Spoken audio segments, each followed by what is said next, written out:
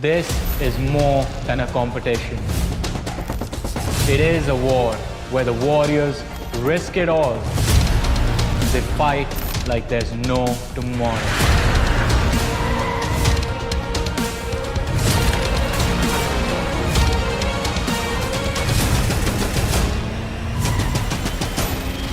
This is the sound of South Asia, live on the PUBG Mobile eSports official YouTube channel. What is up, ladies and gentlemen? Once again, welcome to the PUBG Mobile Pro League South Asia Fall Season. This is Super Johnny, joined by Necro alongside with me. And ladies and gentlemen, this event is brought to you by the Oppo F21 Pro. And moving on, as we have been mentioning the PMPL South Asia. Necro, another season. Are you excited for this one? Because we have a lot of things changing. Exactly. That's what I was about to bring up. I'm really excited for this fall split, Johnny. I mean, as you mentioned, a lot of things changing, not just the teams, not just the players, not just the roster itself, even the format has changed. Exactly. Everything has changed. I mean, I used to be like this. Now I have to wear glasses. But talking about other things, as you said, the format has changed. The point structure is going to be a little bit different. Along with that, I can forget the roster changes, man, because there have been a lot of roster hopping that has been happening in the off season that was there. But this time around, I mean, things are definitely looking very interesting. Exactly. Not just some small names, ladies and gentlemen. Some big names have went through huge changes like Seal, IT. IT is now a complete stacked lineup, especially as they've signed Demo in. And we've known what Demo has pulled off last season. I mean, Demo has been an incredible player. We saw him in the previous PMPL. And yeah, nothing much can be elaborated on that. And not just that, not just that, Johnny. We also have a lot of new faces coming in. Exactly. And I mean, it is going to be a long journey like every single time. The PMPL, it's not just a tournament, it's a festival that lasts for about a month. We have 3 weeks of action that we do like to call the league stages, and after that we're going to be moving on to the finals. And after the PMPL comes the South Asia Championship, the PMPL South Asia Championship, where the teams that qualify from the PMPL South Asia will be competing against the teams that will qualify from PMPL Pakistan. So that is also going to be another wonderful event, but that is going to happen a little bit further in the future. For now, this is where we are, and this is where the journey, do we say begins or continues? Because we did go through the previous season, the spring season of PMPL as well, and we do have a lot of returning faces as well. As you mentioned, the players from IHC, there's going to be one, I'm going to call it a big change, as you said, because Demo, in fact, was on fire the last time around. But along with that, we do have a bit of a switcheroo happening where the players of Seal eSports have, in fact, are now going to be playing for Seal 9, and Seal 9 have gone the other way. So that is also going to be another situation with the teams from Mongolia. The teams from Nepal have gone for an interesting move, wherein we saw DE sort of bring in a few key players around. Last time, DEADEYES guys, they were looking quite phenomenal in the start of the PMPL run, but then towards the finals, the form went missing. This time, we're going to be a little bit hopeful about them. Same goes for the other big names, one of which is DRS. Exactly, man. And let's have a look at the schedule, ladies and gentlemen. As you guys can see, the schedule is in front of you guys. And then we also have when the PMPL South Asia Championship will be played, 13 to 16 October. That's when PMPL South Asia Championship will be played. But again, as Johnny mentioned, it's way further in the future. For now, currently we're inside the PMPL 2022. And as you guys can see, the entire schedule is right in front of you guys. Yeah, the entire schedule in front of us, and it is going to be quite an interesting journey. As we mentioned, league stages are going to be there for the first 3 weeks, wherein every single team will get multitudes of opportunity. I mean, you know, let's start talking about what all has changed. You know, how previously the teams would get like, what, 12 matches within a week to qualify for, to get those points for the Super Weekends? Well, that is not really going to be there now, is it? Why? You will find out in a few short moments, because now there's going to be 5 play days, and then there's one extra thing that's going to happen every single week that is going to put a very, very big impact on how the teams begin their grand finals. Not end, but begin, and also maybe end. Yeah, exactly. I mean, you guys saw that on the graphic. top 12 teams at the end of the week will get one extra map to play. Yep. And guess what map is it going to be? It's going to be on Livik. So top 12 teams are going to duke it out on Livik, and they will gain bonus points, which will be further continued even inside the grand finals. So those bonus points will be accumulated for the grand finals as well. So that's going to be a huge booster for them. Yeah, it is definitely going to be a huge booster because, as you mentioned, those bonus points, they are definitely going to add up. And imagine 3 weeks, 3 games of Livik. If you manage to get at the end of top every 2, week, top the 3 top in every 12 teams single for match, that then it is going to be an will play an incredible journey. additional But for now, matchup. we do have the format explained. Each week will start fresh with no points carried I mean, over from the as you guys previous can see, weeks. week 1, week During 2, the entire league points, stage, everything's teams will gonna have be a counted. chance to As I earn mentioned, bonus bonus points as well. They Price are going based to on be a shifted team's on placement forward in each inside the week, grand and finals. once So these based bonus on their points are overall going to mean placement quite a in the lot league to table. teams. So all you At need the to end do of 3 is be weeks, in the top top 16 12 at the teams end of the based week. on their total scores. Yeah, I mean, will move on. definitely, as you mentioned, you have to These be teams will in the start top the finals 12, with the but along with focusing on the points for Livik, you have to make sure that your tally for the week is also looking good, because that is how you make it to the grand finals. Exactly. And again, the significant advantage that the points from those Livik games are going to bring, they will show that impact when the finals eventually begin after the 3-week ordeal of the league stages, ladies and gentlemen. But for now, I mean, the journey is about to begin. Everything that we've been talking about, the teams, the players, it is all based off of the speculation that we have been having with the roster changes coming into the action, with how the teams have been playing in their own regional scrims, in their own regional tournaments that usually do go all year round. But when the PMPL comes, the pressure, it changes everything. We have seen the biggest names fall. We have seen some newcomers give us intense hype moments on their very first day, and those are the things that I do in fact like in the PMPL. Those are the moments that I look forward to every single time. I mean, who doesn't like a newcomer story, right, Blotter? That's Yeah. something we really crave for. I just called you Blotter. I mean, I've been working with that man for a long time, so I'm really. He's on the other sorry. side now. It's not like I've forgotten you. Yeah, I know he's on the other side. But Johnny, listen, man, I love you. Okay, trust me. But yeah, ladies and gentlemen, another team that I'm going to be really excited about has to be 1952. Now, Johnny, even this team has went through quite a decent amount of changes. But before that, let's talk about the point structures in front of us, and point structure as well, Johnny. Seems a little changed. Yeah, we are talking about changes, ladies and gentlemen, and change is the only constant in life. So we have adapted that motto as well now. Because earlier on, if you remember, every chicken dinner was worth 15 points. Now it's worth 20.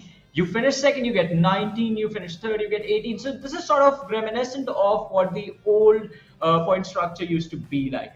But this is all going to be very intense, because now with how the games are going to go by, you are seeing those weekly bonuses right in front of us, right? Their points awarded for those weekly matches, and the bonus points, as we've been talking about, are earned through those living games. But on the other side of things, let's make things a lot more interesting, because money is always going to be involved in the PMPL, and we are not talking a small amount. We're talking big money, $150,000 on the line.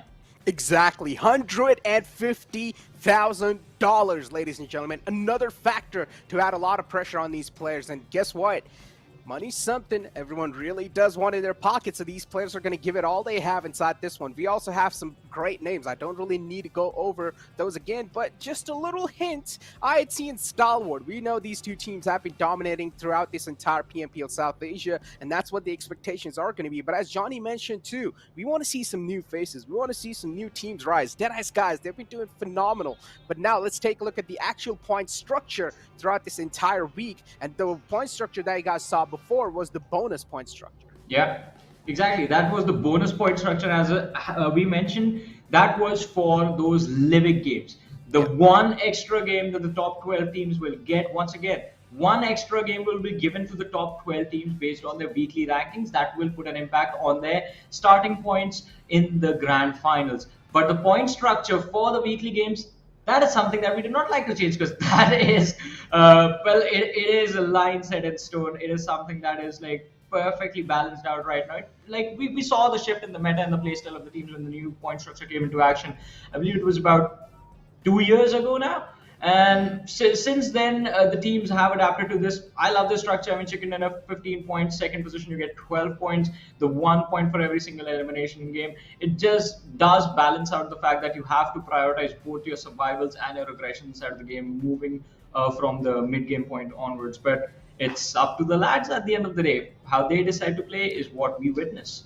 Exactly. I mean, what they do is what we're going to talk over, is what we're going to cast over. But ladies and gentlemen, the groups in front of you guys, of course, we know 20 teams are going to be participating inside this one, from which top 16 teams will be moving on over to the grand finals. And we've pretty much explained you guys the entire format, but now it's time to reveal the groups. And as you guys can see, in Group A, you have Godlike Stalwart, you have WIZZES Club, 1952, and even Raw themselves. Then in Group B, you have Deadeye's Guys, High Voltage, A1 Esports, Gremlin Storm.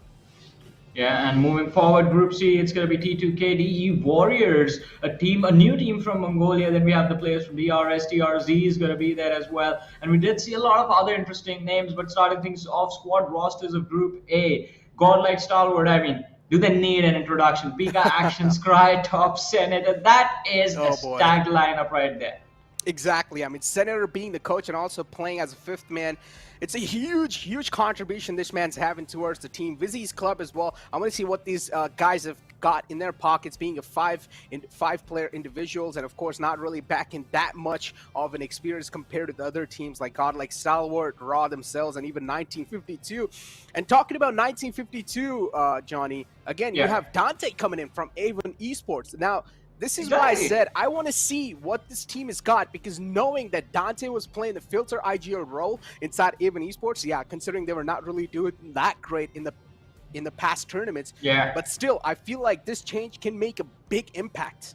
And as you mentioned, A1 Esports, they come to this tournament with changes of their own. We have Sinister and Nightwing being present from, well, the experienced players amongst the lineup. Then you have Koha, Hitman, Sketch, all being there. So it's going to be quite interesting to see what A1 Esports will bring to the table this time around. But along with that, Gremlin Storm is actually one of the lineups that I'm actually looking forward to, because Bad Rev, Fear, these are very well-known players, very experienced players as far as the South Asian circuit is considered, and they are quite incredible to. It's quite incredible to see them perform every single time around. But this time they're going to be playing with a new set of players, so it's a completely different team they're going to be part of, and that is just going to change the whole dynamic of what their run is going to look like in this PMPL. Without a doubt. Then you have TDK as well, who have done phenomenal in the past tournaments as well. Yeah. Or not just past tournament, in the previous PMPL, they've done phenomenal itself in the league stage. Then you have DE Warriors, as you mentioned, new team coming up, new bunch of faces coming up, here to prove something.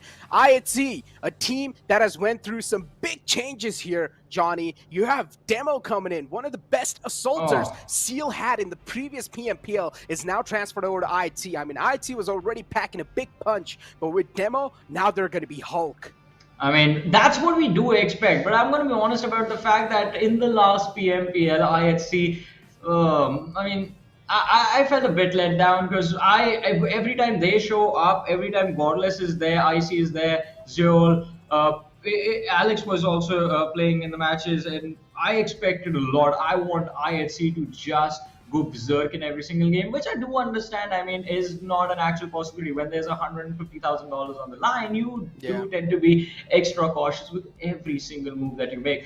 But moving forward, we'll have a discussion about this a little bit later after we're done with all the graphics, but we do have Group E on our screens as well with Mara, Skylightz Gaming. The name might be new, but the lads are quite experienced. MABETEX eSports, as you do see, Wally, Leo, Apex, Baron, Son, and Iceberg, a few of the players coming in from the previous iteration of Seal eSports, as I mentioned. And then we have another well-known name in the South Asian circuit, that is VENOM Legends in Group E. Again, another big change over here. Galzin is not going to be playing under Skylightz Gaming anymore. He's going to be shifting on over to Giant Mara, and you guys saw it in the roster itself. So that's a big change. I mean, Galzin has been the man, or at least has been the man who's been representing the Skylightz Gaming banner since a long time now. But considering now is not going to be doing that anymore, and he's moved on over to a new org, I want to see what sort of an impact it's going to have on Skylightz Gaming itself, because we've seen, Johnny, Skylightz Gaming, time to time, they have been relying on Galzin quite a lot of times. I completely agree with that. And I mean, it is going to be quite intense as well, because the impact is not just going to be on Skylightz Gaming's on Galzin's individual performance, but on Skylightz Gaming as a team as well. Because as you mentioned, he was the cornerstone, he was the man who you could always rely on. And I also agree on the fact that after all of these years with the same iteration, with the same four players competing, no matter where they went, they were always sticking together. Galzin is stepping away. It is like the face of the team is going to change now. Now, who is going to step up? That is also an interesting question, because if Galzin is going to be moving with the players of Janmar, and if that is where he's going to start performing, then someone has to take the mantle now. Yeah. But who will that be from Skylightz? I guess that is also another question that will be answered today. Who's going to step it up? We'll be able to see only in a couple of more minutes, because I'm pretty sure the games are lined up as well, and you guys don't have to wait a lot. I know, it might just be a little annoying hearing us blabber over and over again, but yeah, just have a little bit more patience, guys. The games are going to be starting soon. But before that, a little bit more touch, and just to give you guys a bit of recap on what happened in the previous PMPL. Now, Johnny, the league stage winner was Seal. Considering Seal's entire roster has been changed, yeah. Oh, that's a big punch in the gut for Seal. Now, I want to see if that's going to be the same storyline continued over. Can they be the winner of the league stage again, or are we going to be seeing a complete different winner? Well, I mean, we do expect things to change, but for now, we do also expect the things to get started. And for that, ladies and gentlemen, the schedule for our very first day of the PMPL South Asia fall season, we did see the 5 movements of action that we're going to witness right in front of us, starting on the home field of Erangel. And now, I mean, it's all about just getting that first game going and seeing what the teams have to deliver. Because, again, a lot of changes, not just in the fact that the roster will change, but now they also have to consider that getting towards that living game is also going to be important. And sometimes when you're just thinking about qualifying for that one or a few set of extra matches, you do tend to make a few mistakes here and there. So it's going to be very important for every single one of these teams to have a strong start in their very first game. And not just that, man. I mean, having a strong start, considering you have already went through a decent amount of changes from the previous PMPL, it's going to affect a bit. But you guys have had a big gap. You guys have had a lot of time to practice with yourself. So I'm going to be expecting a nice communicative gameplay between these teams. And considering now demo with IHC, I feel like IHC might just be one of those teams that'll give a way much more tougher competition to Stalwart. Yeah, I mean, definitely, because they do have a lot to prove. In fact, as we've been saying, IHC, the expectations that people have from this lineup, it's straight up the trophy. You either finish first or nothing else matters. That is the kind of mentality that IHC has garnered over time from their fans, because that's how good this team is. That's how good these players are. And I'm not saying they were. They still are. And you have to be extremely careful about them. But, Nekra, if I was to ask you, who do you think is going to win? Listen, all right, I know IHC right now is the best lineup, I would say, currently, but still I'm going to go with consistency and trust over everything. So I'm going to go with Godlike Stalwart. What about you? I think I'll be your brother in arms then. I'm going to go with Godlike Stalwart eSports as well, because they do tend to have a good start right off the bat. Whereas for IHC, they do like to observe a little bit in the earlier stages. The first 2 games, they're going to try and just play a little bit on the slower side, and then slowly and steadily they do just start ramping things up. But again, it takes them 2 to 3 games to do that. For the first game, I do expect on the other side Stalwart Esports to just have a phenomenal run. But another interesting thing, I was having a conversation about this with fellow comrades from the Nepali desk. Ansh, in fact, was the person I was talking to. And my question towards him was, who do you think is going to be, which one team will be the team that can, in fact, take on Stalwart Esports in terms of that raw aggression or firepower? And his answer was T2K. They have been in an incredible form for the last few months, and they're looking extremely, extremely deadly. But as we mentioned, this is not any battlefield. This is the PMPL South Asia. This is where it all matters, and sometimes that is enough to change everything. Exactly. I mean, we've seen, right, teams, they look in incredible form, and when they come inside the PMPL, they're just nowhere to be seen. That has happened a lot of times in the past as well. So we have to trust the data that is on the sheets. We have to trust the data that is given to us, provided to us from the previous tournaments played from all the teams. And let me tell you what, Stalwart's hands are pretty hot right now. They have hot hands. They've just finished with PMWI, so they're going to be having a lot of confidence in themselves. And we know what sort of a performance this team showcased in PMWI. So I think Stalwart has a huge mental edge over every single team inside this one.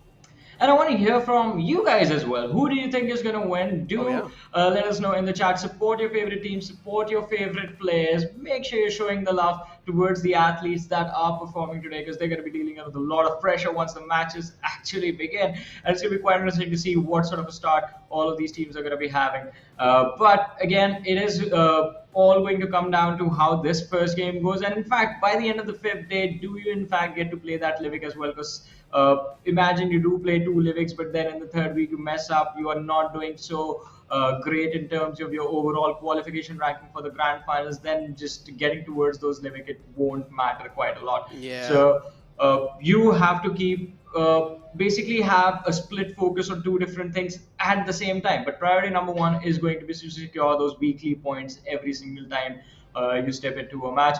Also, weekly points are going to be reset every single time. So that is, again, something that is not changing. And that is something that I think does benefit the teams that do not have a good timer in the first week around. So if your team is not performing in week 1, don't worry. They will have opportunities. You will have opportunity to see your team do well in week number 2, week number 3, and then hopefully you will see your teams moving forward. But hey, we have 20 teams here, and for someone to move forward, someone has to get left behind. So not everyone will be playing in the finals. Only top 16. I know, man. It sounds a little savage, guys, but that is how the entire format works. Someone has to lose in order for someone to win. So that is how everything works over here. That's how life works. But ladies and gentlemen, as Johnny mentioned, there's going to be a lot of opportunities given to all these teams and all these players to make a comeback. But if you're not going to be able to make a comeback even then you better go back to the training fields and practice even more. I mean, that's what the lads do, right? Every single time we see a team underperform in one tournament, the next time they come around, the next time they show up to the same stage, they look so much better. And that is one more reason that we have been talking about IHC so much, because again, and DRS, they are in a similar boat of their own, and Skylightz Gaming, I'm sorry. Because Skylightz Gaming, again, the expectations that are there from the fans are massive. And you can't live up to those expectations every single time. But these players, they're very critical of themselves. They make a small mistake, they let someone down, they take it to their heart, and the next time they're going to show up, they're going to make sure that the trophy is going to be theirs. Skylightz Gaming, they're going to be a very... I want them to be a massive threat this time. I mean, again, Johnny, another big roster change we forgot to almost mention is VIZZES now. Most of the players from the side of VIZZES is in Havoc, and that is high voltage, and that is a big thing, because considering VIZZES was one of those teams that was also dominating big time in the previous PMPL, so even this team is going to be a big threat. What are your thoughts about that? Yeah, VIZZES is the team that we keep our eye for, those fresh new faces every single time the PMPL is here. You get to see a new team, and VIZZES is the reason why people are afraid of the new lads. The first time this team shows up, they just go on a spree of destruction, taking on the biggest of the big names in every single game. They weren't afraid of anyone. They made a name for themselves, and now they are considered one of the best teams. I mean, the lineup is pretty deadly. So I have huge expectations from VIZZES. I do want to see them move all the way towards the South Asia Championship, finishing somewhere within the top 5, the top 4.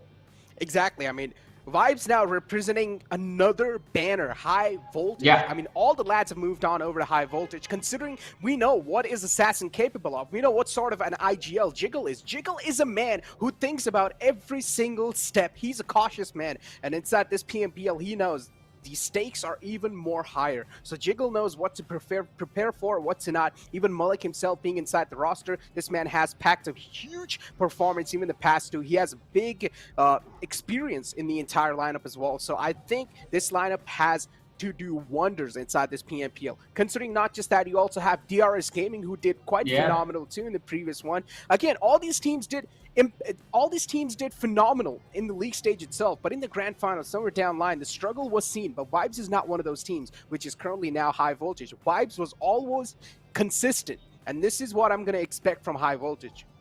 I mean, when when things like this happen to big names, it is going to be quite interesting to see how they recover. But ladies and gentlemen, are you guys ready for the action to commence? The very first game of the PMPL South Asia Fall Split 2022. It is underway. The trajectory of the plane on our screens right now, starting all the way from the Ferry Priya Primorsk area, going towards the Minta Power. Necro for the first game, the plane path leading heavily on the southern side of the map. Oh yeah, this is already going to screw up a lot of teams. And this is something I'd love to see, because already a challenging start for all these teams for the PMPL South Asia 2022 Fall Split begins now. The first map is already commenced, and as you guys see, as I mentioned, as Johnny mentioned too, the plane fly path is something that has already screwed out a lot of teams, but Stalwart Esports, they're not going to have any sort of challenges because they like to go towards no Rupnoi, and the plane fly path is heavily favoring towards that. But teams like IHC, definitely the struggle will be seen.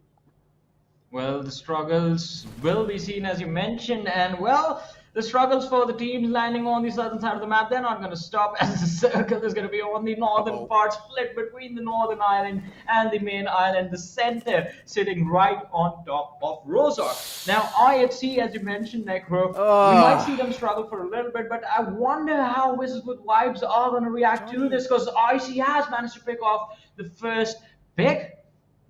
And not just that, even they themselves have lost, so it's a great trade. It's a great trade. It's a trade from their side. Alex was taken down from the side of WIZZES Club, and then WIZZES Club also lost one of their players, so at least IHC was able to get away with a trade. We see a lot of eliminations happening right off the bat. WIZZES Club already do not want to stay nearby in the vicinity of IHC. Instead, they're just going to start to stack up a lot of vehicles, one after the other. That means IHC, they're going to have a bit of more trouble to find the vehicles. Yeah, I mean, it is going to be quite an interesting situation. IHC, it is going to be really fun to watch because IHC is a very adaptable squad. But hey, we might see the first squad elimination within the first 3 minutes of the game. As 1952, they're pushing upon the players of A1 Esports, and it seems like Sinister, he has nowhere left to go. One last man alive with a final glimmer of hope for the A1 Esports squad. Inside this PMPL, Sinister, everything in his hand to try and save the lifeline of A1 Esports in the first game here. A1 Esports not really having the start they wanted, and Sinister will be shut down instantly. A great coordinated push from the side of 1952. And I told you, Johnny, this team, my eyes are always going to be on them because 1952, they have a promising lineup. I mean, yeah, they had a very promising lineup, and I mean, the expectations were there, but this is a new day, it's a new game, and maybe as slowly and steadily they do move forward, we're going to see them live up to those expectations. Although now it is going to be quite interesting. 4 defeats secured. They have lost 1 player, left with 3 players of their own. Now, what can be done from here on out is the fact that they have the advantage of just slowing down the game. They can play from edge to edge, just play for survival because they have those finish points secured already. Again, Dante was a lost casualty over here. And that is something 1952 are definitely going to be upset about, but it's okay. They've got away with 4 elimination points. That's a great head start, as you mentioned. Now all they can do is just try and position themselves for a better spot inside the circle. As we did see, the circle was completely on the opposite side of the plane fly path. The plane fly path was down south and the circle was up north. Again, teams will have to readjust quite a bit. Well, and it's not going to be easy, especially in the very first game of the day when you don't know what the other teams have prepped for the action. So a majority of the teams that are just stuck in those southern parts of the map, they're going to be just trying their level best to get a read on how the other lads that do in fact like to start from the northern side of the map are going to decide to play. But for now, ladies and gentlemen, in the very first game, the first 4 minutes, we have 3 teams who have lost individuals from their side, 1952, WIZZES Club, and IHC, and 1 team has already been completely wiped out, and that was A1 Esports. Oh boy, I'm pretty sure A1 Esports' fans are not going to be happy after that sort of a start, and considering what sort of performance this team has been showing from the previous PMPLs. But ladies and gentlemen, it's okay. It's just the first game of the day. I know the start matters quite a lot. First impression can be the last impression too, but I believe in second chances as well. So give them another chance. I'm pretty sure this team will try to impress you as much as possible. But Demo, a new man under the banner of IHC. Not a new man in the fields though. This man has been in the fields. This man has been one of the most bloodthirsty players out there. A fragger for the Sada Seal, who was able to take business, who was able to take care of business all by himself, is now representing the banner of IHC. I want to see what this man has got in the back, especially with all the 4 players around him are different. Well, but let's see. for a moment the replay on our screens of how the earlier fight did in fact go, the one between 1952 and the lads from A1NB. Sinister, as we mentioned, the last player with nothing but a Uzi in his hands. He just accepted what was going to happen to him. The players running in his face and just gunning him down. What a brutal moment. Yeah. A1NB just couldn't stand a chance there. But Seal, as you mentioned, these players definitely are not new in the fields as well. They have experience. But these 4 players, Seal is a big banner. And representing it, that means you have to be the best of the best. Do these 4 players have what it takes to represent a banner like Seal? We've seen Zake in the past. This man is capable of doing wonders. But you never know, man. As I mentioned, the stakes are way high. The skill ceiling now is way high too. So definitely it's going to be quite tough to try and adjust around. A couple of games, I would say, at the start, a little bit of jitters will be there. Well, for now, though, Seal eSports on our screens. And again, not the previous iteration of Seal eSports that we are so used to. This time, the players might be new, but they are experienced as well. As been talking about them quite a lot. And DRS on the other side, I would love to see what they are planning for this time around, because they're real soldiers. These men, they do know how to take fights. Oh, they do. Without a doubt. Keontae over here on our screens. Seen him in the previous PMPL too. Know what this man is capable of. They also have another man in the lineup, which is Killer YT. And oh boy, I still remember, Johnny, last year PMPL, and my bad, it was PMCO. I mean, guys, just let me go here, because again, in the PMCO of the previous year, PMCO Nepal, if I remember, Killer YT had over 13 kills or something like that, near around 13 kills or 15 kills in Miramar. And that is a moment that I still remember. So you need to understand how impactful of a player this man can be. Well. I mean, the expectations, they do remain the same. Let's see if the results are going to be delivered. Oh boy, Seal eSports, we do have Farad on our screens. It looks like quite close to the players of DRS, and shots fired in that direction as well. On top, completely spoiled out, Farad with the Mini 14 in his hand. He is going to try and take this duel. Mini on this side, Mini on that side. Let's see who will be able to connect. The battle of DMRs. Oh yes. On top in the front, Spooky over here. Trying to spook him away, but on top is not going to be the man to get spooked out that easily. Seal still trying to scout nearby vicinities, scouting for possible opportunities, scouting for possible new compounds to try and conquer. Raw over here too. Raw now, they've always been there in the PMPL, but somewhere down the line, something has been stopping this team from winning it. Hopefully this time it's something Raw is going to be surprising all of us and just putting on an incredible performance. But in general, we have Stalwart Esports already opening up the fray against the players of High Voltage, and High Voltage is not a team you want to mess around with just like that, but godlike Stalwart as well is a team well experienced. Well, I mean, Stalwart Esports was already a pretty massive name itself. Now it's godlike Stalwart. I mean, it's a double threat, double the action that we're going to witness from their side, but I just want to see them get in those fights now. I can't wait for this team to just be a part of those 4v4s, or maybe just try and third party someone else. They just need to keep on fighting. And I guess that is going to commence, because on the radar we do see someone at least keeping an eye on them, and it is going to be quite interesting for players. All right. So since the circle was centered around Deadeye's guys' home, the city of Rozhok, they will have a little bit of a boost of confidence in every single fight. They know the terrain. They know how the city is and where the best spot to take a team fight is going to be. But the problem is that they are going to be surrounded. We already did see eSports keeping on top under a little bit of pressure. Now, Stalwart Esports were in fact We're just going for a push on the players of DE. It's going to be a 3v4 situation. On top is split from his teammates. Indeed is. And you can see too, I mean, Elementrix is right there on the left flank. Seal in the front. Definitely things are going to be quite interesting. TDK as well up north near shooting range. A lot of teams now are starting to accumulate right next to each other as the time's going to pass by. They will start to close on in towards the center.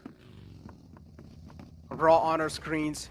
Still scouting the nearby compound. Still scouting the nearby grounds. Want to make sure they're away from all sort of danger. But it's just the starting phase of the game, ladies and gentlemen. Danger hasn't knocked the players' doors yet.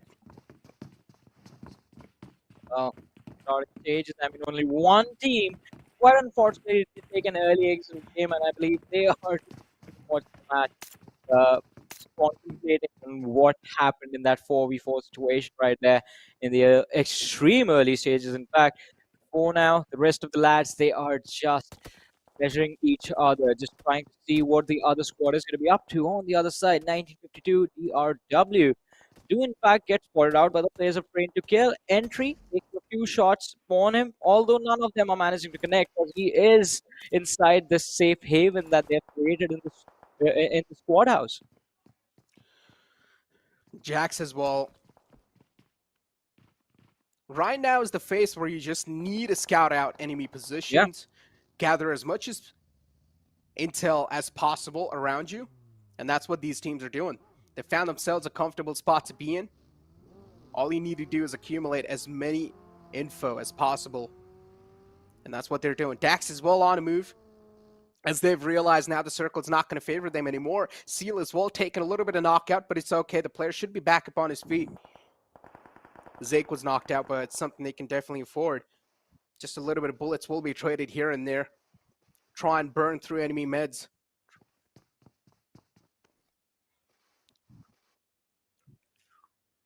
Well, let's see.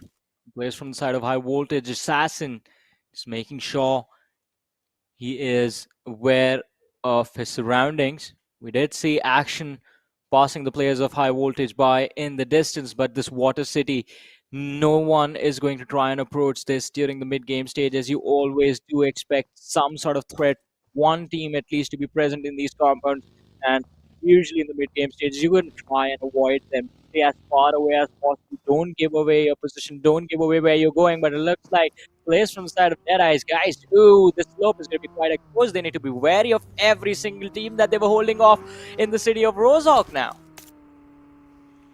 And there's also a bit of more danger in the back lines too. Cannot really ignore that. Yeah. This is not a great position to be in. Yep, that's what Joker realizes. Instantly sits back inside the vehicle, and now we'll start a scout for a new place to be in. God like Stalwart is built always on a move. Do not like to just stick around in one place. We'll try to scout some new areas out. For now, Ruin has been the home they really wanted. Action on our screens. Of course, the man of the hour. Of course, the man of this tournament as well. Action has been always in that MVP runners. He's always been the MVP as well, actually. So yeah, Action is one of those players. You can always expect him to be there in the MVPs, no matter what. Yeah. Him and Pika, I mean, are just incredible. And yeah, top as well. I mean, you can't talk about one individual from the side of Stalwart Esports without mentioning the entire team. Yeah. It's funny how all these four players are like a well-oiled machine, right? Yeah. I mean, everyone each other. Everyone is individually very, very skilled. They are extremely talented, and then usually, usually with teams that are made of superstars, right? You usually tend to see them fail because there's too much star power. There's people who are not working well together with each other. That's not the case with Stalwart Esports. They're all massive stars. They are all extremely talented, extremely good at the game. But still, when you put them all together, they get four times better. Exactly. It's just a totally different game they are playing.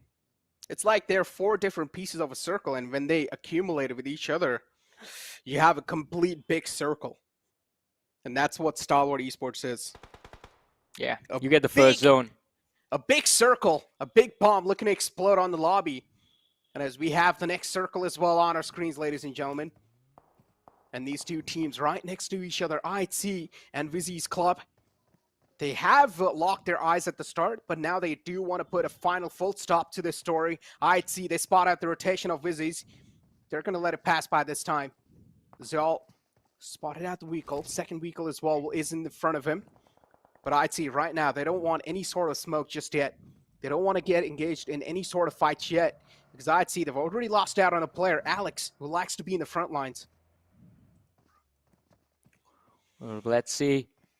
The players inside of DW are going to be there as well. DE Warriors, a new lineup on the screen. Stalwart eSports passing them by. IHC IC taking a few shots on Pika. And his vehicle does go for a spin and he does take a tumble down the road into the river.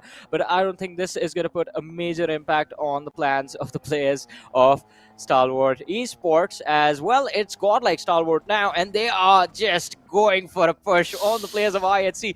Are they just like going to go for this fight because they forgot about the DE Warriors? That was what I was about to say, because DE Warriors in the backlines do manage to find an opening. But on the other side, 1952 against ATRAX, and two players have been knocked out from the side of DAX. Assault just blew himself up. That's what I saw in the elimination feed. Yeah. Oh, a little bit of friendly fire onto yourself, Assault. not a way to conquer a fight. Yeah, it's okay. Mistakes can be slid by at the start. You still have a lot much more games to go. You still have a lot of days to go. Yeah, it feels weird even saying it. Friendly fire upon yourself. How do you do that? You're a friend of yourself. Yeah, it's kind of a friendly fire. Oh, man. That's Okay, a philosophical talk from Necro, ladies and gentlemen. But these players, they don't want to think, they want to fight, because we do see a massive engagement going out in these open hills. Everyone is driving a buggy around trying to bait those positions, but we do see a lot of players getting taken out as well. Look at that finish speed. It's just utter chaos all over the place. Teams, players driving out in the open, do not care about anything. Just driving right next to each other as well. Pika taken out from the game. What just happened? Godlike Stalwart is going to be the second team off the first game to get eliminated. The team to get eliminated on the 15th spot is Godlike Stalwart. Definitely something we did not expect, Johnny. Yeah, for sure. I mean, they were rotating out in the open, quite exposed the entire time, and they should have expected teams to be waiting for them crossing the bridge towards the northern island. I think that is where they got a little bit too complacent, and they got punished because of that, because they got sandwiched between DE Warriors and the players of IHC, and mid-rotation again, losing a player like that is not going to work out too much. TRZ on the other side, one lad was already finished, other one knocked out, and they're trying to take this fight against the players of High Voltage, Assassin and Malik. Two lads from the side of High Voltage still surviving and still in this fight. Oh, TRZ caught outside the blue, taking big chunks of damage. High Voltage trying to keep the pressure on. Just trying to inflict some more pain and hurt on those players. Assassin spots out a player underneath him, but has no clue that there's one more, but it's okay. The cover fire from the back lines. Malik is going to save Assassin, as Assassin will now go inside the water and try to get the fallen man's loot up. High Voltage, for now, this two-man squad is doing a great job. They've eliminated the danger in front of them. But again, the danger, the levels is going to keep on increase even more and more. How are they going to try to tackle it? It's definitely going to be quite tough. Yeah. DRS out in the open. The only thing they have as cover are those smokes and those vehicles. But they really do need those vehicles, so they cannot really gamble on those vehicles. So in a situation like this, in a circle like this, when it's just the northern hills of the map, you are going to be exposed. Playing from the edge is the only way you're going to be playing for survival, as we did see the players of DRS. They were there, and now they're not there anymore. T2K just absolutely destroying, picking a few extra points. They did have one lad who was knocked out, but even he's going to be picked up, taken back inside some cover, and they're going to have an opportunity to heal up and then refocus all of their attention on the players of 1952. Train to kill, I mean, looking pretty solid, I have to say. If they manage to take control, or in fact maintain control of this northern edge, they're going to be good to go. Gremlin Storm and IT now just raining down death and destruction. IT, they're not going to be able to withstand the amount of damage that was inflicted. Gremlin Storm putting the final nail in the coffin. IT out the game as well. Some big names getting eliminated early off, Johnny. Definitely something we did not see it coming. Elementrix inside the game, Dax inside the game, DRS themselves, high voltage as well, and 1952. These teams are quite hurt. They will have to try and make some desperate moves happen. Kremlin Storm Memo repositions himself in a big time. At this point, he realized it's either do or die moment. You either try and go for a hero play or you get taken out doing nothing. And that's what they're trying to do here. Try and take some battles and try and come out on top of those battles as well. Elementrix now are going to be on the receiving end. Well, it's not just going to be Elementrix in trouble, though. It is going to be the lads from High Voltage, as the last two players have also been picked up. We saw Malik getting finished off a few moments earlier, but on our screens, WIZZES Club taking a fight against the players of DE. Nades being lobbed by Octopus as he does try to take them out from just safe distance. And oh, from the rear, the shots do come in, as it is going to be Memo from the side of Gremlin Storm who drops him down. Tapping away with the M4. Knight trying to find some connections through the smoke, some blind fire, definitely. And they are able to find a few connections too. Two players almost knocked out. Octopus as well might just follow it up, and yes, he has. They want to go for the confirmations too, not really able to find the mark yet. One last man is alive who is keeping the hopes and dreams up. DE now in the front lines too. Gremlin Storm is a team that is like a pack of soldiers looking unstoppable. Well, they are looking unstoppable indeed. As you said, 6 finishes secured, all 4 players still surviving. And there are 2 other teams with equal numbers that can challenge them in the later stages. And GSM, they're taking care of them right now, as DE Joker is going to be put down on his knees. The other lads hiding behind the smokes, trying desperately to survive and climb up this hill. But it is not going to be an easy climb. It's definitely going to be a very tough challenge for them, because GSM is gatekeeping them quite perfectly, and also there's the threat of T2K on the top. T2K is always going to be a threat inside the lobby as long as they're alive. Jane, Rig, just mowing down the lawns in the front. Jane as well now. Deciding to take a bit of backstep. Legend goes down. Legend is not a man you want to lose. Zake in the front. Seal definitely a team to watch out. And I love the split Seals showing so far. Players are in the back, looking to come inside the circle as well. Few players trying to establish the mark yet. Gremlin Storm, Fear goes down. A lot of knockouts now are just starting to happen all over the place. Gremlin Storm, though, it's not going to stop him. They're still going for the elimination points. And Gremlin Storm, this team has surprised me. Well, yeah, and it's a very pleasant surprise as well, because we did expect them to be a little bit slow in the start, take their own sweet time to understand the situation right in front of them, but no, Gremlin Storm, they are coming in like a storm in this lobby, taking down players left, right, and center. Deadeye's guys in their crosshairs right now, and so are the players from the side of WIZZES Club. Chari, True Love, they're going to be down on their knees. Zeke is the last player surviving. Fear does take a few shots, but he runs back, tries to run back behind the cover, but he's not going to be able to make it. The good thing for him, though, that Memo is going to be right next to him, so it's going to be an easy revive, or at least it should be. Exactly. Fear knocked out. Gremlin Storm slowly and steadily trying to move inside the circle, because they know now the circle is going to start to close in. Where is the next circle going to pull towards? Whichever team it does, they're going to be finding themselves in a bunch of lucky shoes, and they better capitalize on top of that. Seal as well on the edge, catching a lot of damage from the zone. Cannot keep on taking it though. Kese will start to move in. Now the circle's going to move in a little bit closer towards the players of Seal, but they don't stand a chance. Gremlin Storm, they have their eyes all across the board. Well, they have their eyes, as you mentioned, set up on every other team against them. But WIZZES Club Domain, he's going to be the last player surviving, hiding behind the buggy. And his position has also been compromised, because we did see the players from the side of the GSM just keeping this entire team under a lot of pressure the entire time. So this uphill climb that he has to pull off in order to get inside the zone, this is just going to be very, very brutal upon him. And look at that, Dictator is already moving forward, trained to kill from the rear. They are going to go for a push as well, Necro. Exactly. Gremlin Storm, 4 players in front of us. T2K. Sandesh shrouding himself in the smoke, but what a nade from the side of Sandesh. He's going to catch 2 players. And that's going to be, that might just be it for the side of Gremlin Storm, as Fear is going to be the last man alive, the final pillar, the final glimmer of hope. Oh Fear boy. in the back lines, trying to save Knight, but that's not going to be the case. Another nade tossed in. Fear might just go down. That means Dictator is going to be the last man up and alive. Gremlin Storm, you blink it and you miss it. T2K just completely obliterates the players of Gremlin Storm. And now all of a sudden the tables have turned from being Gremlin Storm's game to win. It has gone towards the players of Train to Kill. 9 finishes secured. All 4 players still surviving, and all they have to do is pick off 2 lads who have been quite cheeky all this time, just hiding and managing to survive. We do have 1 player surviving from the side of DE and the other one from the side of WIZZES Club. But Rick, he's not afraid of anything. He's just running forward with the AUG in his hand and the ghillie suit equipped right now. Will he see Domain? Because Domain is right in front of him.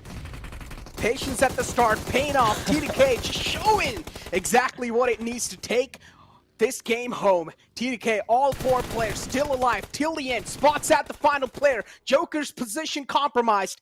And within a couple of seconds, Joker will be taken down as well. T2K, they come out on top in the first game. I guess Ansh was right.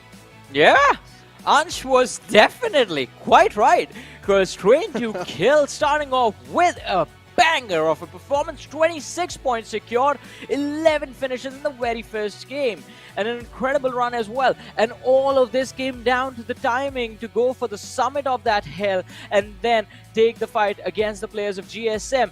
And also one more key fight for the lads of Train to Kill was the one against the players of DRS, in which DRS were the ones who overcommitted, and Train to Kill, they were quite patient, just managed to hold on to the control of the squad house and win that entire situation in their favor.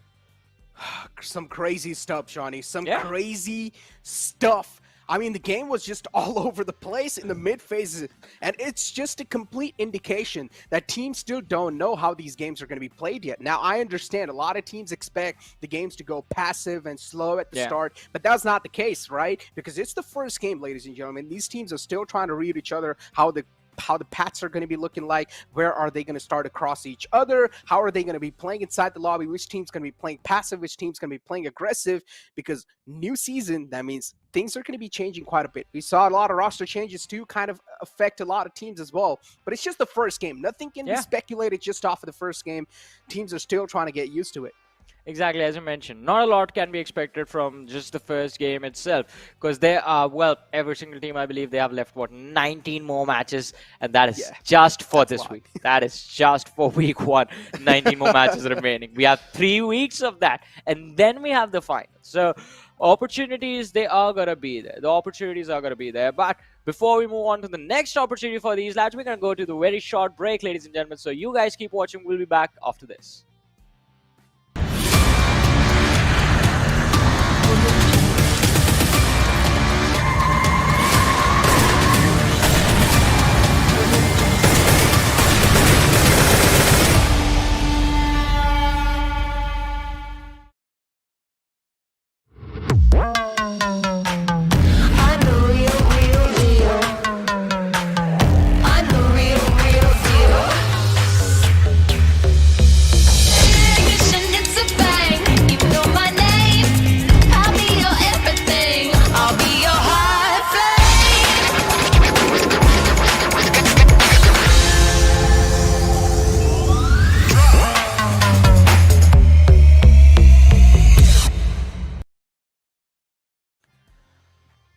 Welcome back, ladies and gentlemen, to the PUBG Mobile Pro League Fall Split South Asia. This is Super John, joined by Necro, and this event is brought to you by the Oppo F21 Pro. The first game has just concluded. We did see Train to Kill in an incredible form right off the bat, but now the question is, will they be able to keep this going till the end of at least today? That is something I guess only future can tell, because now we have no clue. As we mentioned, it's just the first game. First game is usually just all over the place, and considering even the plant fly path screwed up a lot of things for a lot of teams.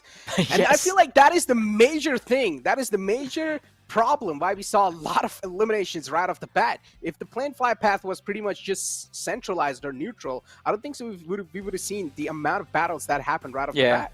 Yeah, I completely agree with that. I mean, the flight path just leaning heavily towards the southern side of the map did, in fact, give a curveball to a lot of these squads, but at the end of it, I mean, we did see an incredible run from Gremlin Storm as well. Up until Train to Kill had their number, they were doing so well for themselves, and one of the major reasons is going to be the MVP of the game, Dictator from the side of GSM. 4 eliminations secured, but it was all about that damage dished out. 761 damage dished out, the survival time of 23 minutes and 56 seconds. Exactly. I mean, Gremlin Storm as well. I just love the way they decided to play that game. Unfortunately, the separation in the end did not really work out. 2 players are all the way in the back, right next to each other. One single nade just sealed the deal. And I mean, it was just TDK doing TDK things. This is what TDK is known for. Once they get the grip in the lobby, I mean, TDK is type of a team. If you do give them room, they're not going to let it go. They're going to capitalize on it. I mean, the name says it all, man. It's Train to Kill. That's what the lads are meant to be doing the entire time.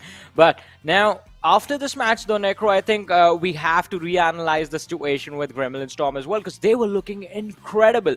No mistakes up until the point. I won't even call it a mistake. They just did not anticipate Train to Kill to go for a hyper-aggressive push, because T2K did not even stop even after they had one of their own knocked out. Exactly. I mean, TDK, there's pretty much planned aggression, I would say. And TDK, this is what really does work in their favor too. And that's why TDK, they've always been there. They've always somewhat been the consistent team from Nepal as well. And now they're able to show themselves up again. Gremlin Storm, though, as I mentioned, an astonishing play from their side, at least in the first game. But as you questioned it as well, are they going to be able to continue the similar sort of performance even in the upcoming games or not? That's something I'm wondering as well. Yeah. I mean, that is a question that we will never have an answer to. If a team that is playing really well, how long can they keep this going? It's a question as old as time, my friend. But talking about time, we're going to be moving forward to the next stat on our screen, the match summary, and we do have the highest elimination coming in from Sandesh from the side of Train to Kill eSports. Brig is going to be there sitting on the 2nd position. Dictator makes it on the 3rd, and all 3 of these lads, they had 4 finishes each.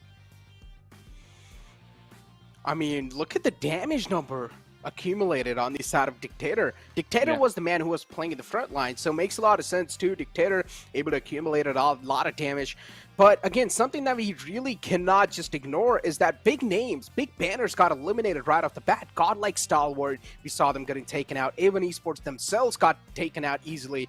And as I was mentioning, Avon eSports too, with a decent amount of changes underneath their banner themselves, I wanted to see a similar or at least a better performance from them, but that was not the case. They got eliminated right off the bat. They clashed against their own counterparts, which is 1952, and they got taken out easily. 1952, though, they were able to survive till the top 5, so they've got themselves a decent amount of points accumulated. Yeah, I mean, they do have a decent amount of points accumulated, and again, as we have been mentioning it again and again, this was just the first game.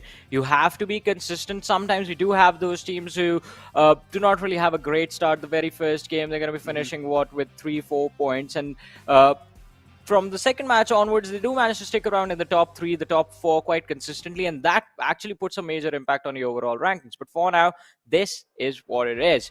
This is where the teams are going to be starting off, and the next game is where things can, in fact, eventually be changed. Because if Train to Kill now, or maybe a Gremlin Storm, have a similar run like they just did on this very first Erangel, then it's going to get a little bit more intense, because these 2 teams will have a very heavy advantage moving forward, at least for this week. Exactly. So what he's trying to say, ladies and gentlemen, basically in short words, is that consistency matters the most. No matter if you're not able to win the games or not, as long as you're able to stay consistent inside the games that you're playing, that's all that really does matter. And you know, as the format says it itself, top 12 teams will be playing one more extra game, the bonus points, and they're also going to be counted inside the PMPL South Asia Grand Finals. So the bonus game matters a lot. Being inside top 12 matters even more. So all you guys need to do is aim for that top 12 in these weeks, and then in Livik, you can try hard as possible. Yeah. in Livik, you can just go ham, go YOLO, just try and secure those points one way or the other. But for now, you have to try and be consistent and get those points. And that is what everyone is going to be aiming towards. As you mentioned, consistency, that is going to be the answer to every single question, every single problem that the teams are going to be having in a few short moments. Because again, it's just the very first day. And this, again, as I mentioned, is a 3-week-long league stage. It's 20 matches per team every week. Every week 20 games, not the old, I believe 18 games was the number the last time around. And also with the first game done and dusted, I mean, it's going to be quite interesting to see how the strategies are going to change as the maps also change. Exactly. But for now, before moving on to the other map, let's take a look at the damage graph of the previous game, because this is going to mean quite a lot. Now, Gremlin Storm, they were doing pretty good until the late phase, and as soon as the late phase hit the deck, Gremlin Storm decided to split themselves apart, and that's where they kind of just dug their own grave, and they got taken out by the players of T2K. Now, T2K over here, though, these 4 individual players were sticking to each other, or sticking with each other till the late game, and that's why they were able to kill with so much damage and so many elimination points with itself. Deadeye's guys too, slowly and steadily they try to sneak themselves up as well there, but unfortunately they did not really have a lot of points or a lot of elimination points to back it up. But as we mentioned, Johnny, what matters is consistency, not the chicken dinner. I mean, that does, but yeah, consistency matters even more. I mean, Chicken Dinner is going to be worth 15 points. And of course, it is a battle royale, this game of PUBG Mobile. It is about survival, being the last one standing till the very end. But also, I have to say this, Necro. We've been talking about the teams that have been performing really well, or in fact, did perform well in the first game at least. But let's talk about the teams which we expected quite a lot from, but they did end up making a lot of mistakes. And one of the most common mistake that I noticed in this particular map was the amount of teams that did not prioritize their positioning. All of them approaching the fights out in the open willy-nilly and then losing out on their key players because of that. Stalwart Esports, we saw them take a hit, not even being able to cross the bridge with all 4 players surviving. IHC, mid-rotation fights happening, and in fact, that was kind of an unfortunate and a very weird moment as they just ran in towards the action. I mean, again, Johnny, I think so that is something that happened because it was just the first game, right? And teams still need to know how the enemy teams are going to be playing by, which routes are going to be captured, which routes are going to be conquered, which compounds are already going to be taken. And as the tournament keeps on progressing, you're clearly going to be seeing a massive improvement in all these teams, right? All you need to do is slow and steady studies on these teams. First day, definitely the gameplay is going to be all over the place because you never know what the players are going to be thinking or how things are going to be looking like inside the battlefield. But as games keep on progressing on, these teams are going to go home, they're going to start doing their homework and come back even stronger. So at least that's what the expectations are. I mean, the expectations are going to be there. I mean, and it's always going to be to win, to be at the top, no matter what the cost is going to be. But on Miramar, the next map that is going to come, we have seen the teams of Stalwart Esports actually do, in fact, do really well on this map. But Train to Kill are also, they are more deadly on Miramar than they are on Erangel. So two of the strongest teams are about to play their strongest maps. And did you just forget IHC? I mean, IHC as well is one of the best teams on Miramar, man. You can never forget what Alex brings to the table. And Alex in the previous PMPL was the rookie, but now he's not a rookie anymore. Considering what sort of performance he showed in the previous PMPL, calling him a rookie would be an understatement.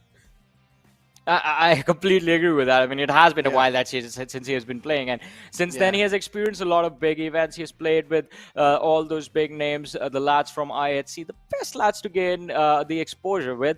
But along with that, I think, again, we have to talk about the other teams. GSF, Gremlin Storm. We did not know what to expect from their end, but now we do. An incredible run in the very first game. DE Warriors as well, they were part of a few key fights up until the point where they were also forced to cross the bridge, move over to the northern island, and by then it was a little too late for them because everyone was just holding the northern mountain slope, from which it's quite clear, it's quite easy to clear out the backlines to pick off the teams that are either trying to go for a swan dive in that small little river that separates the two parts of the map, or maybe the teams that are trying to cross the bridge. Even if you can't finish up the teams that are crossing the bridge by a vehicle, you can at least shoot their vehicles, just blow out the tires so that they are going to be in trouble in the next team fight and are not able to complete their rotation. So all of that becomes possible if you rotate early towards the northern part of the map. which we saw Train to Kill do, which we saw Gremlin Storm pull off, which we saw DRS do. IHC also rotated right in the nick of time, but then Godlike Stalwart, they were a little bit slow. They got punished. DE Warriors got punished because of that. Deadeyes guys were pinned down for so long, and we know D is one of those teams that never back away from fights. Exactly. But again, the major turnoff here was the planned flight path for a lot of these players and a lot of these teams. And the reason why we saw those sort of rotations is probably the planned flight path as well. IHC losing their player right off the bat. Then we also saw another team losing right off the bat. So, I mean, a lot of things just completely happened because of the planned flight path. So, as I mentioned, we will just need to keep the games progressing on. We'll just need to sit here, relax, and watch how the games are going to be going by. Because, again, we're still learning the teams ourselves. We don't exactly know what sort of mindset these teams have. One thing we know for sure is that the Mongolian teams will try to dominate the way they do. I mean, it's the regional play styles that every single region, every single server will have, right? We have seen the teams, every single team from Mongolia just coming in with the hyper aggression, hyper team fight focused play style, wherein it is going to be just a fight after fight after fight after fight from the early stage to the end game stages. Now all of that has started to change. IHC, their strategies are broadened up. Stalwart eSports, they also do like to have a little bit of a breathing room in the early game stages. The teams from South Asia have been doing this for a while, wherein their priority in the mid game sort of tends to shift depending on where the circle is and where they are in with respect to the circle itself. But this is a conversation for another time, ladies and gentlemen. We do have match number 2 starting now. The map of Miramar on our screens. Exactly. Miramar, the second game of the day, ladies and gentlemen, of the PMPL South Asia Fall Split 2022 is on our screens. This time, the planned flight path is not going to be biased. Instead, it's going to be quite okay-ish for a decent amount of teams. Maybe if the teams do want to go for El Pozo and Monte Nuevo, then it's going to be quite a big stretch, but the planned flight path looks pretty okay to me personally. Los Leones, as always, has to be the hot drop here. Decent amount of teams do like to go towards Los Leones, and I personally like to think Los Leones can contain 3 teams easily, and those 3 teams can loot without even crossing each other's eyes comfortably. Yeah, definitely. But let's see how this game is going to go. As you said, 3 teams can land, but not everyone can leave Necro if the circle is far away from them. Have to keep that in mind as well. And as I say that, the circle is just going to be towards the northwestern part of the map, centered somewhere around the power grid position. Exactly. On the top left, TRZ as well is on their way over there, as we do see high voltage near Picado, Gremlin Storm near Impala. Now again, teams, they're just going to start to settle themselves down. Skylightz Gaming 2 on our screens on the top as they like to go towards La Cabrera. But let me tell you what, Johnny, this time Skylightz Gaming are going to be quite happy considering there's no Savage Esports, because Savage Esports was always that team that liked to eye out the spots of Skylightz Gaming. With Skylightz Gaming, they're going to have a huge sigh of relief now. Well, let's see, though, if it's going to be a sigh of relief or they're just going to be letting out their last breath of air as TRZ. They are just going to start this off right off the bat with the first blood of the game, dropping down one of the lads from the side of DE. TRZ, again, still the early phase of the game, so teams or players, they're just going to try to loot first, or at least that's going to be their first priority. Power grid is in their hand, but it's also being shared by another team, which is Deadeyes guys. Turulov is in the front, and he's just moving inside the building. As TRZ now, they're going to be on the move, off away from power grid. They've already gotten 1 elimination point secured, so TRZ, they're going to be quite happy with just that one elimination. Off the bat, 1 elimination point given to you without even taking any sort of casualties. I mean, I vibe with it. I mean, who will not, especially if the opposition that you're going to try and take down, Joker. He is just going to be unarmed. He was trying to survive running out in the open. But it's Miramar, man. That's nowhere to go. It's just a desert. Yeah. I mean, he was punch boosting his way away, hoping that he's not going to give any sort of foot cues. But he was already being heard. And TRZ looked like the alligator munching away the player. Yeah. But yeah, now they're on a move towards Monte Nuevo. And this is quite a wise option too, Johnny, considering they know Monte Nuevo was the furthest place away from the planned flight path. So it makes a lot of sense considering, or at least expecting, there's going to be no team here, unless if they're actually welcomed. But it doesn't seem like this territory it's taken by anyone else. So yeah, TRZ, they've got their hands on a free city, which they are going to be happy looting. Well, they are going to be happy about it. As you mentioned, this city around Montenuevo, it's all going to be under their control. And it is quite a decent spot inside the circle as well. You don't have to move, at least for now. And I believe this can be the safe haven for the players of TRZ, at least for the next 5 more minutes. Even with the second shift of the circle won't be too far away from them, so not a lot of pressure from there till, I want to say, the third circle. I want to say the next 2 zones, TRZ are going to be quite comfortable. But this is what I talk about, Necro. As we did see the flight path and the circle towards the western side, the flight path moving in from the southeast to the northwest, a majority of the teams have in fact dropped towards either the central position or the eastern or the southeastern spots of the map. And since most of them will be forced to move west, the late game stages are going to be very, very chaotic.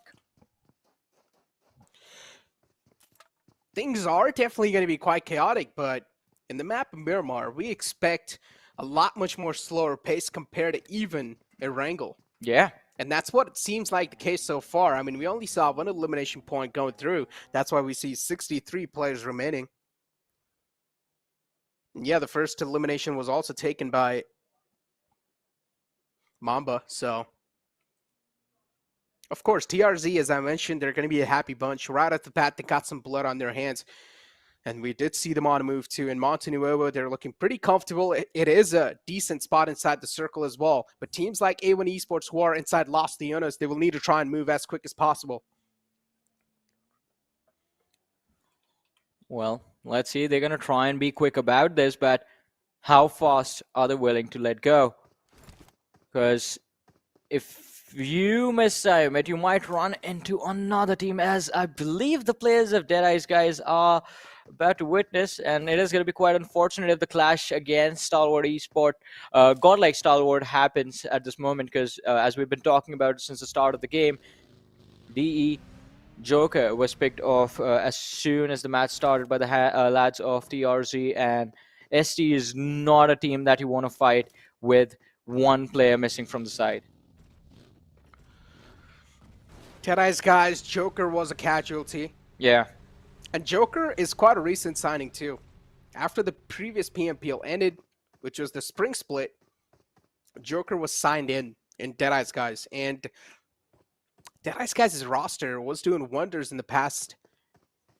But again, inside this PMPL too, through a little bit of changes, are we going to be seeing the similar sort of impact that we saw in the previous PMPL or not? We'll only be able to figure out in the future or the upcoming days. But TDK, though, off the bat with a bang, definitely now the expectations are even rised up from my side. I want to see TDK perform even better, even stronger. I want to see some more elimination games from their side.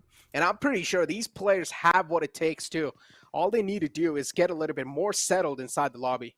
Yeah, I mean, I definitely agree with that. They have what it takes to deliver on every single expectation that you set in front of them. Players are that skilled, but it is going to take them a little bit of time to get warmed up, I feel, because again, that was the first game, this is the second, the map has changed as well, and it is a much slower map in comparison, so you're not going to be just from a moment of intense action just dropping into another map that is just going to force you to take those fights in the early stages. Miramar allows you a lot of space to breathe. That's the beauty of it as well, but then in situations like these in competitive lobbies, the more idle you are in a position, the more paranoid you get of threat that might or might not even be there. Giant Mara, another name with quite high expectations and a decent fan base eyeing out for them. Snipe YT, a man, we know this man has been quite incredible. He has had a great past too. But now it's time to replicate it. Now it's time to deliver, Giant Mara, because this banner has been one of the biggest banners out there in Nepal region, but for some reason, they haven't been able to proceed on any more further than the PMPLs. But this time, I feel like this might just be the Giant Mara we all needed to see. Well, maybe. But let's see. Gian Mara, another interesting name that everyone is looking forward to see how they're going to finish up in this tournament. WIZZES Club, not a good start for them in the very first game. Just completely pinned down by the players of GSM. Nowhere left to go for them. Domain, props to him for being able to survive in a very intense situation. Octopus as well did quite well for himself, but WIZZES Club, they weren't able to make it all the way towards the very end. Hopefully this time though, because again, couple of interesting names over in the lineup of WIZZES Club, as Octopus is one of those players who I remember watching back in the days, and he is extremely talented as well, and the rest of the players as well. I mean, they did have a decent run. Don't get me wrong, they had a decent run, but what will it take to secure the chicken? It'll take it all, Johnny. It will take it all. I thought you were going to give me a all. recipe for a chicken dinner. I mean, let me tell you what, I'm too lazy to cook. I just try to order. But yeah. You get some chicken, you cook it, and you have chicken dinner. But for these players, it's not going to be that easy, man. Yep. It's going to be 100 times tougher to get a chicken dinner. And right now, we have a lot of teams eyeing out each other. They are spotting out each other's rotation. They are getting a lot of info accumulated. And this sort of an intel is going to be quite useful for the upcoming games. Well, it is going to be quite useful. Yeah, in the minimap too, you saw one team or one player that is cruising quite close to the players of DW. Yeah, and if they get too close for comfort, then the noises from the vehicles, it's going to be heard, and the warriors are going to be made aware of the fact that there is someone surrounding them, someone circling them, and they might be willing to take that fight. But on the other side, DRS taking on the players of Gian Mara. In fact, it is the other way around, as Gian Mara are the ones who have found the opening in that fight. Oh, that's a big knockout right here. Giant Mara opening the fray up. That's the first man taken down, as Gunnar is going to find the opening. Instantly backs away too. Some nice mature options taken from the side of Gunnar. Will back out instantly. Will try to patch himself up. The rest of the cavalry is there too. Giant Mara staying together all the times. That's something that's really helping out these players. Gunnar will try to make some solo moves happen, but he doesn't really need to. It's up to him. If he wants to go for some heroic play, if he wants to rely on his heroics, he definitely can. But I don't think so. That will be the most mature option. Well, let's see what their approach is going to be. As you said, it is definitely not going to be, I wouldn't call it not a mature option. It's just a little bit too risky to make it work right now, especially in these early stages. If it was a desperate moment for them, if they needed the points or they were not going to qualify for a super weekend or something, then they would have gone for it. But it's still the early stages of the tournament. It's just game number 2. They're going to take their sweet time just assessing everything. On the other side, the on top, this man is deadly whenever he gets on top of a hill. And right now, taking down one lad from the side of high voltage. Assassin has been dropped down to 50 HP, but he runs right underneath him. And he manages to survive, but do see Chari in the distance, right on the other side, facing his own teammate. Well, why is he there? So he can take down the other lads from the side of high voltage. And I guess this is a fight that is completely in control of the players of DE. Shots whiffed and another lifeline gifted to the player. High voltage for now. They seem a little safe, but they also need to realize now the wrap-up is also coming in from the side of Deadeye Skies, instantly wrapping up all the way around. High voltage. They're not even getting a single moment of break. For now, though, Deadeye's guys, too, I love the approach from their side. Instantly try to wrap around, try to get as many eyes as possible, but Turulov is catching a bit too much hurt. We'll need to back off from that position. And Eve also. Assassin is not a man to screw around with like that. Oh, yeah. The spray was definitely quite iffy-wiffy, but now it seems like Deadeye's guys will try to take over the players of high voltage with their positioning. Well, let's see. On top, he's going to have to be quite wary of the two lads that are going to be Jiggle and Malik. But in the distance, there were the lads from Godlike Stalwart as well, who do have kind of an off angle to this entire fiasco. And I believe they're just going to be keeping an eye on both these teams as to what the players are going to be up to. But on top, that drop right next to Assassin. He has lost so much HP, but Assassin, he knows True Love will also have this angle, and this time he won't whiff. He makes the mistake only once, and you have to capitalize on then. But on top, finding the second for his team as Assassin from the side of High Voltage is going to be dropped as well. Yeah, High Voltage getting dismantled quite well, but Joker too, we saw him getting taken off quite early, so Deadeye's guys, they only have 3 players to work with. It's a 3-on-2 situation right now against High Voltage, and Deadeye's guys have realized now they have a big man advantage they can rely off of. Mullik in the backlines too. High Voltage do not want to be in the line of sights of the players of Deadeye's guys. They do not want to be in their bad books. So they're just going to try to take an exit from this spot. But there is also a godlike stalwart nearby. And Deadeye's guys, you cannot mess around with a team like that. They are the Flying Dragons of the lobby, which will try to scout you and take you down easily. Deadeye's guys still on a move. They want to have some quick feats, but they also want to get it on top of the high ground once again, and that's what they're trying to opt out for. High ground in Miramar matters quite a lot, especially because of the intel you can gather. Well, but let's see how much intel can they gather for themselves. It is not going to be easy. 16 teams still remaining as we have the 15-minute marker on our screens. 51 players still surviving, 22 killed down to the last player. GSM under some fire from the side of MABETEX, as Wally did in fact try to gun one of the lads down as he was trying to cross the road in that buggy, but he has failed to find the opening for his team, and now he's going to have to reposition. They do have control of this edge. It's just Wally and Leo from the side of MABETEX surviving. Leo on the other side, 300 meters away from his teammate. Now, that is a very interesting thing. What were MABETEX eSports up to? They're playing a 1-1 split this time. I mean, they don't have any other option. And Johnny, the team that won the previous game, TDK, even they themselves have taken big casualty. They only have one less man up and alive. Yeah. To replicate the same sort of performance is definitely going to be next to impossible now. High Voltage Jiggle as well got taken down, and Jiggle is not a man to be afforded to get taken down like that because he's the IGL, but it's not going to matter anymore as Mullik as well will follow up the fray, and that's going to be the first elimination of the game. High Voltage getting taken out on 16th spot. TDK might just be the one to follow it up quickly too, but Jane, he's found himself in the blue, which should buy him a decent amount of time, but the problem is he does not have a lot of meds to rely on. Yeah, it's going to get quite tricky for them. And as you mentioned, not a lot of meds remaining. Jane, just 8 bandages, 2 energy drinks, all that he has left. And he still has to be extremely careful. At least he has those smokes to create pathways if anyone is going to try and gatekeep him. But on the other side, look at their Skylightz Gaming against the players of Raw. And this is going to be quite interesting as we do see Mr. Border on the high ground, just trying to keep vision of the opposition, while Nima is going to try and go for a push. Skylightz Gaming, they know there are some players in the lower ground. It's an uphill battle for the players of TRZ. This nade might just seal the deal. Sails in at the perfect place.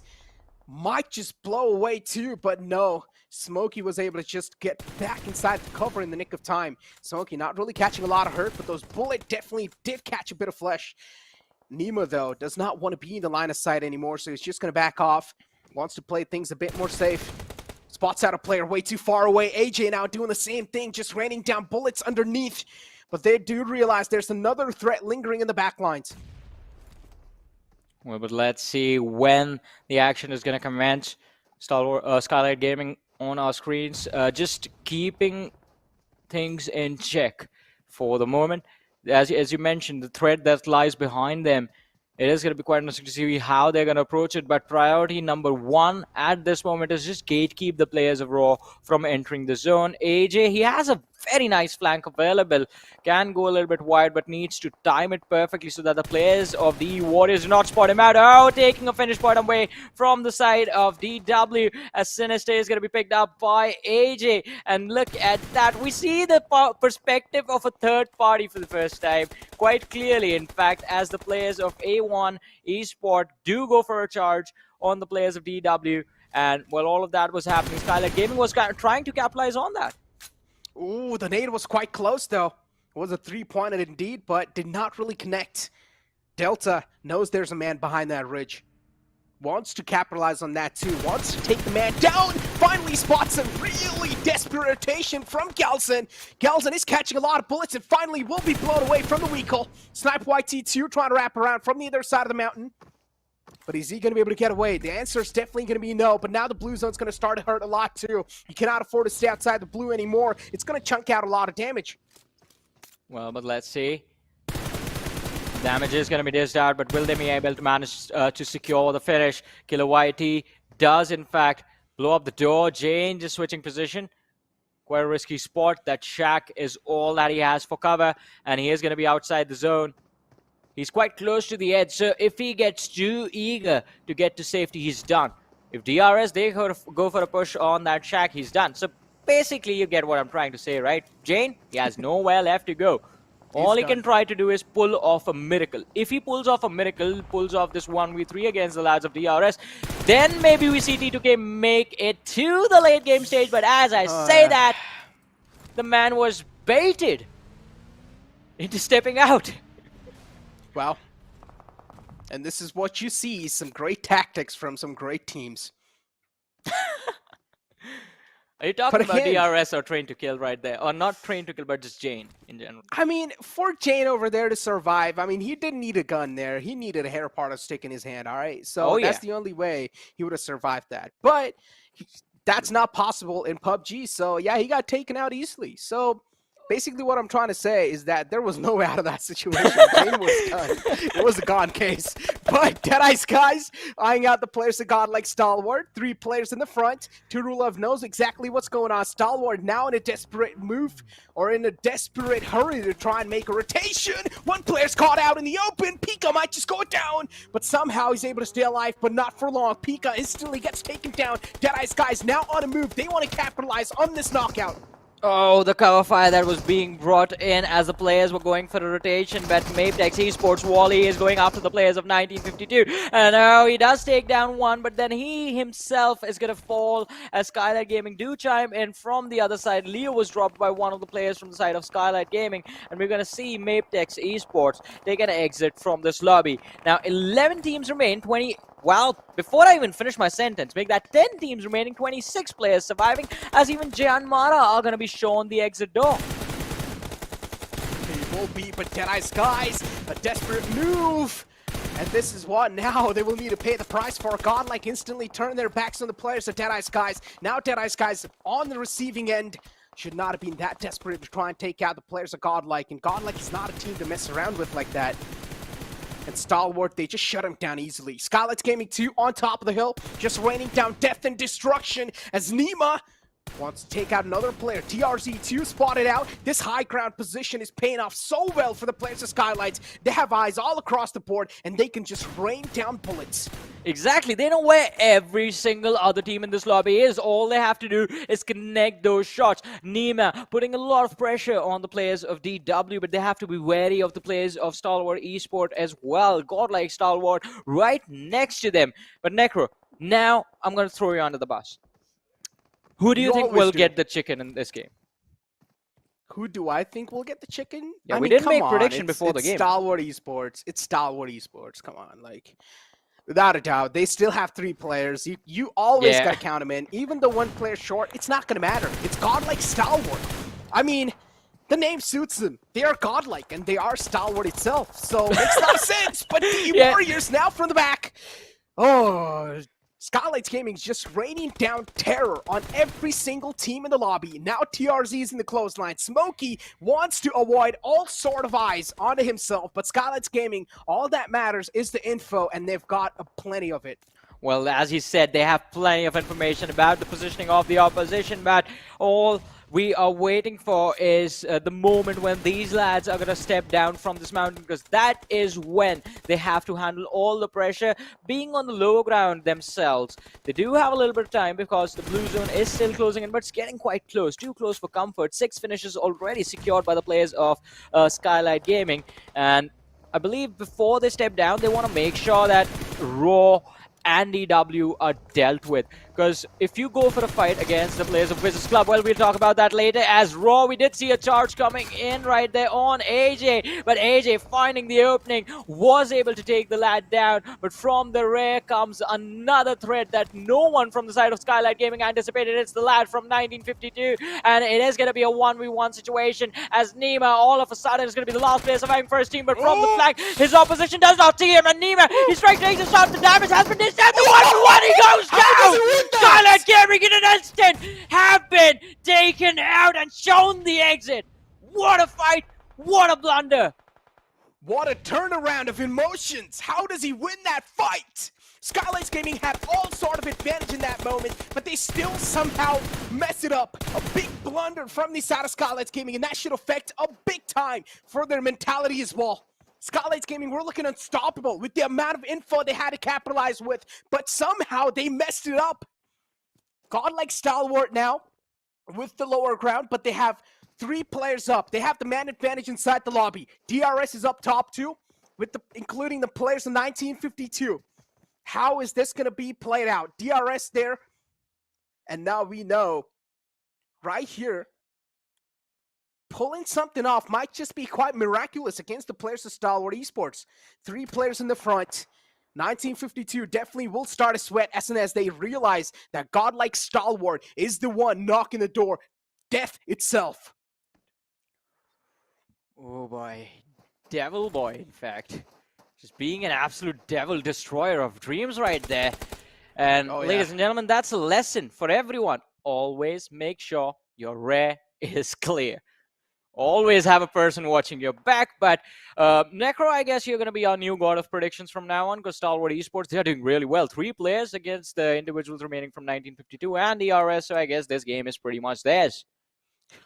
It's already I'm gonna just brush it off. It's too easy. But anyways, TRS on our screens. Delta now moving in close. He knows there's someone in the right lines too. He did see a lot of, or he did hear a lot of gunshots going in on the right side. Now it's Godlike just peppering down bullets inside the smoke, trying to find that one sweet little mark. And Devil Boy will stand no chance. He will just evaporate in air as Stalwart, well, as I mentioned, their death itself knocking on the doors of these players, of these orgs. And now next is DRS to go down. And that's what exactly is going to happen. Godlike Stalwart sealing the deal on the second game of the day. I mean, before the match started, we were talking about them. This is one of their strongest map, and for them, for Godlike Stalwart to win a chicken, well, it's just easy peasy lemon squeezy. An incredible finish, 9 eliminations secured, 24 points secured as well. A total tally of the placements and the finish points damage dished out was 1108, and even though they were down to 3 players for quite a while, they did adapt very nicely, I have to say.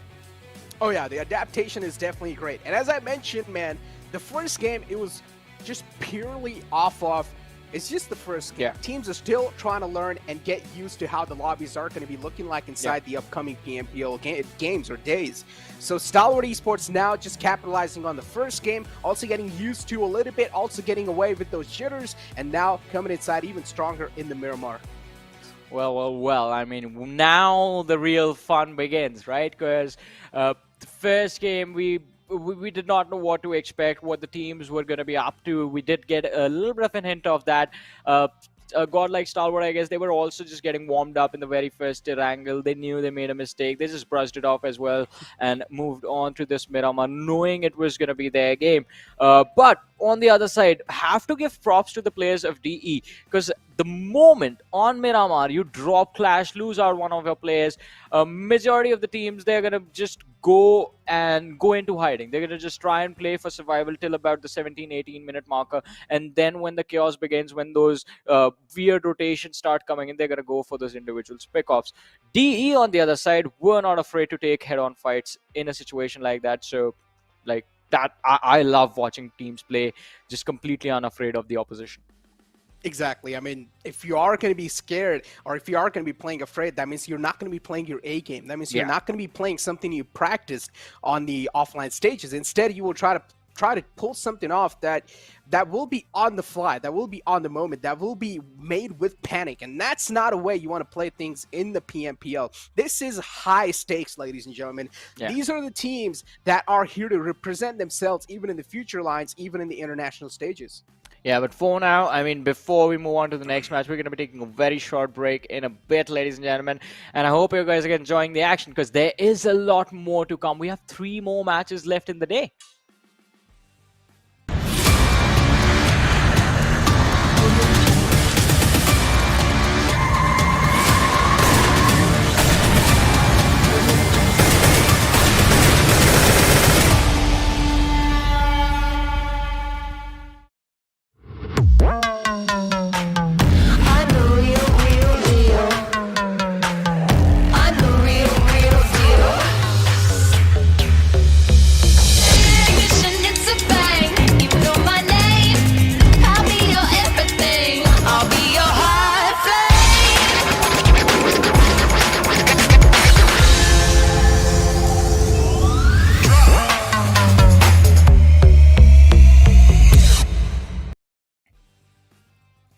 What is up, ladies and gentlemen? Welcome back after the break to the PUBG Mobile Pro League South Asia Fall Season. This is Super Johnny, joined by Necro. And ladies and gentlemen, joining us this time for PMPL, it's going to be the Oppo F21 Pro, who are our partners for this PMPL South Asia.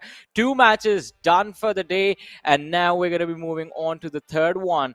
Necro, but before we move to the next game, let's talk about the previous one, because Stalwart, godlike Stalwart, just on fire in the last game on Miramar, and this man is the reason why. I mean, is that even a question, Johnny? If Stalwart wins, you know who's going to be there on the top fragger list. You know who's going to be there on the MVP list. And it's not even a question at this point, ladies and gentlemen. It's going to be action. And 6 elimination points, he's probably going to be brushing it off from his shoulders like it's nothing, with damage dealt of only 487, knockouts of 3, and MVP rating of 4.50 with the survival time of 24:17. I mean, action, he's done an incredible job in general, but oh boy, godlike Stalwart, 3 players or 3 pack of soldiers looked like well-oiled machine till the end, and I thought, at a moment, I thought, okay, maybe godlike Stalwart will be eliminated at this point, but that was not the case. They know how to get out of every single tricky situation. Well. And godlike Stalwart, I mean, just an incredible run they are having. At least it looks like the start is going to be there. 6 eliminations, 487 damage. MVP rating as of now is sitting at a 4.5, but that is definitely bound to go up.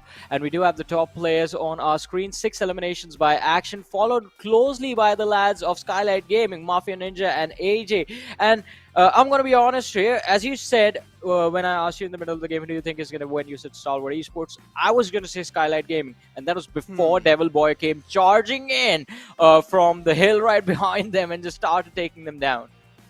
Yeah, definitely. That is not a fight you want to lose. That is not a fight you want to lose if you're Skylightz Gaming, but they still somehow messed it up. They still somehow screwed it up. I mean, I might be sounding a little harsh, but ladies and gentlemen, you guys need to realize Skylightz Gaming had all sort of advantage in that fight right there. They also had a great Rich to play around with, and Devil Boy should not have even stand a chance in taking down the players of Skylightz Gaming, but that was not the case. Instead, he flipped around and shut down the players of Skylightz Gaming, and he pretty much came out on top in that battle. That helped him secure a top 3 finish for his team. Well, I mean, the finish, the points, they are going to come in quite handy for them as they move forward with their matches of the day and of the tournament as well. But looking at the match summary right there, highest assist. Now, this is where I want to talk about the rest of the squad from the side of godlike Stalwart, as we did mention at the start of the game as well. You can't talk about this team without mentioning all of them put together. Top coming in with 3 assists for his teammate, as his teammate Action is going to be leading the charge in terms of the highest elimination. Highest healing done on the other side is going to go to Leo from the side of MABETEX eSports. I want to talk about that for a second, because we do talk about all the action, but we have to talk about the survival instincts. We did see MABETEX in a very tricky situation wherein there were just 2 players remaining, and there were 300 meters, more than 300 meters split up far away from each other, and yet they managed to survive, yet they managed to find the entry inside the zone, and that is what I find quite incredible. I mean, what I found incredible is just the performance from the side of Godlike Stalwart, I'm just going to keep on praising it because we expected this to come, we expected this to happen, and that's what exactly has happened. They like to start things off on a bang, and they like to start the day off on a bang, and that's what has happened. Even the first game was not the case, but as long as you're able to get a solid performance on the day one, that's all that's going to matter. And Johnny, we've known this for a fact. If you're able to build a base as early as possible, as quickly as possible, then you're going to be a team that will have the less amount of pressure onto yourself. Yeah, definitely. I mean, as that is perfectly put. If you do manage to get the pace in, if you do manage to pick up the momentum in the early stages, that will give you a little bit of a safety cushion. So just in case things go wrong, just in case things do not work out for you, you're unlucky in a game, you get drop clash, you do not find any weapons, and you get taken out in the first 5 minutes. You have the advantage in the number of points that you have. And again, this moment right here. So it was a combination of Skylightz Gaming just overcommitting on taking down the players of Raw and also not clearing their backs. Talk about not clearing your backs. I know, Johnny, you just got to keep on mentioning it over and over again. And yeah, just because of that, you guys saw what is happening. You always got to make sure your 6 is clear, your rare is clear. And that's what happened. They did not check, and they got easily taken down. But it's okay, Johnny. As we know, it's just the first few games of the day. It's just the first day of the tournament. It's maybe if you're not able to do that great in the first day, you still have a lot more days to go. But as we know, the pressure is going to keep on building up on you. And Skylightz Gaming recently, they've not been looking that great. Yeah, I mean, they have been, their momentum has slowed down. The previous rendition of Skylightz Gaming that he used to witness, it was quite incredible. But again, we did talk about the roster changes that have happened since the last time we saw them. And I guess they are in fact leaving a bigger impact than we anticipated. They indeed are, and that's what they really need to do too. Now, Skylightz Gaming, I want to see a little bit more improvement inside this PMPL, because what I would say is that all the other teams, they're trying to update themselves. They have updated over time, but Skylightz Gaming, somewhere down the line, they are lacking a bit, because if you remember, even in the previous PMPL, yeah, they definitely were there in the top phases, but it was not the Skylightz Gaming that we saw in the previous year. It was not the players. It was not the performance that we saw in the previous PMPLs too. So, yeah, Johnny, definitely something is lacking. Yeah, I completely agree with that. Something is lacking, but I guess even they are looking for answers, because there are those moments of brilliance right in this game. The moment when we saw them take control of the high ground, just picking off every single team, every single individual they were seeing down below, and just being the biggest, baddest threat inside of the game for a few short moments. They managed to dish out 2,000 damage and secure 8 finishes in doing so. So this wasn't a bad game, but Skylightz Gaming, they have to be consistent in the rest of the matches. Although the winners of the match, we do have Godlike Stalwart, a little bit more, I guess, economical in the sense that 1,100 damage dished out and 9 finishes were secured. Exactly. Now let's move on over to the overall rankings, ladies and gentlemen. It's still T2K. They found themselves at the top of the entire screen here. Godlike Stalwart, though, right underneath the players, or right underneath the team of T2K, lacking only 1 more point. And if they get 1 more point in the upcoming games, they will pretty much topple over the players of T2K as well. DRS on the 3rd spot. DRS, burning torch of consistency. DRS is a perfect example of staying under the radar and doing consistent. Well, yeah, I agree with that.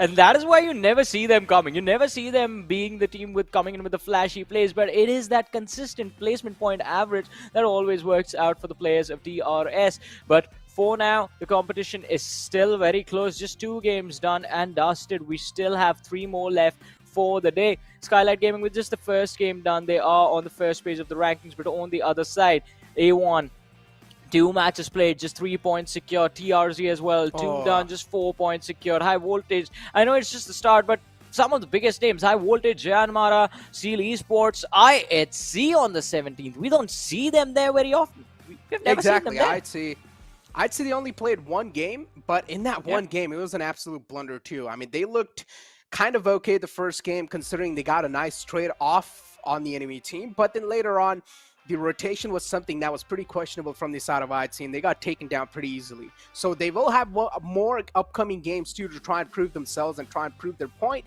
But VENOM Legends 2, with 1 game, they've only found themselves on the 18th spot. As you mentioned, though, A1 eSports, a big big blunder and a sad opening for this team, considering they've played 2 games so far and they have only accumulated 3 points.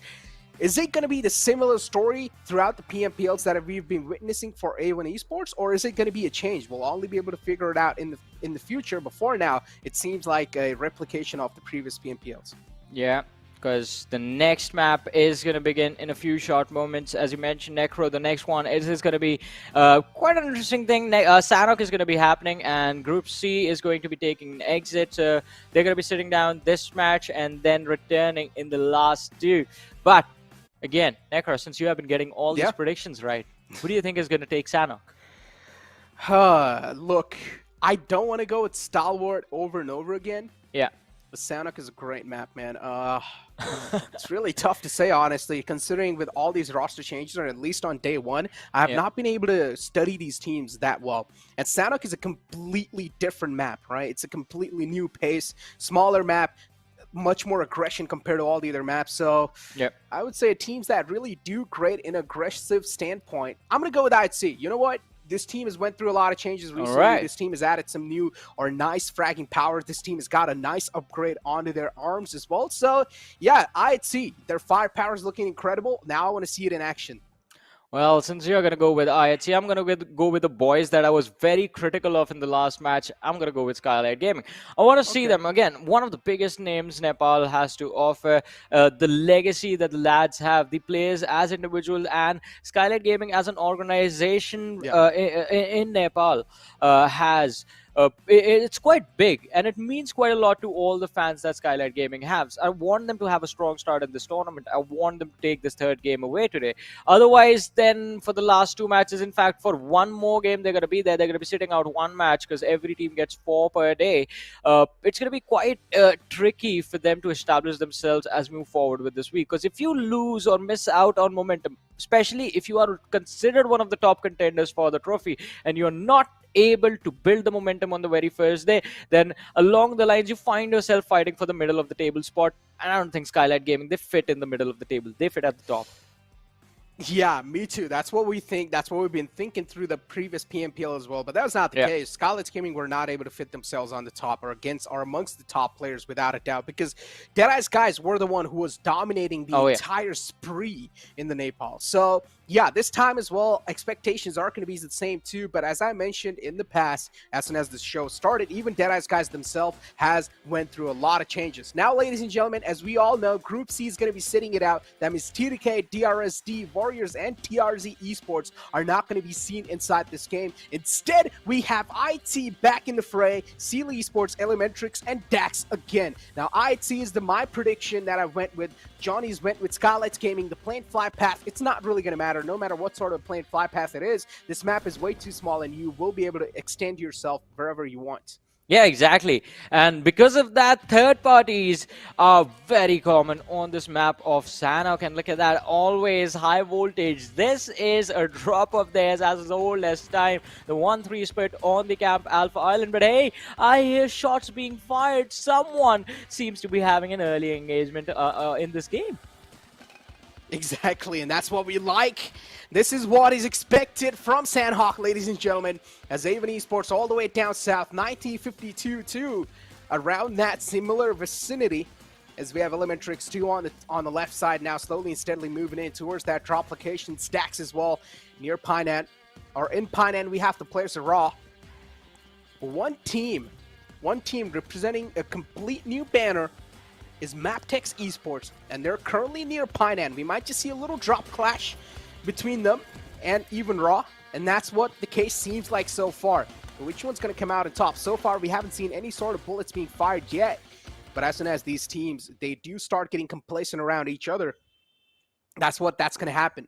But Johnny, you got to keep things in mind. Now, Stalwart Esports, they've been looking phenomenal so far. Even TDK, they've been looking phenomenal. TDK is not going to be playing this game, but if these teams start getting way too complacent in the lobby, you start taking the fights you really don't want to.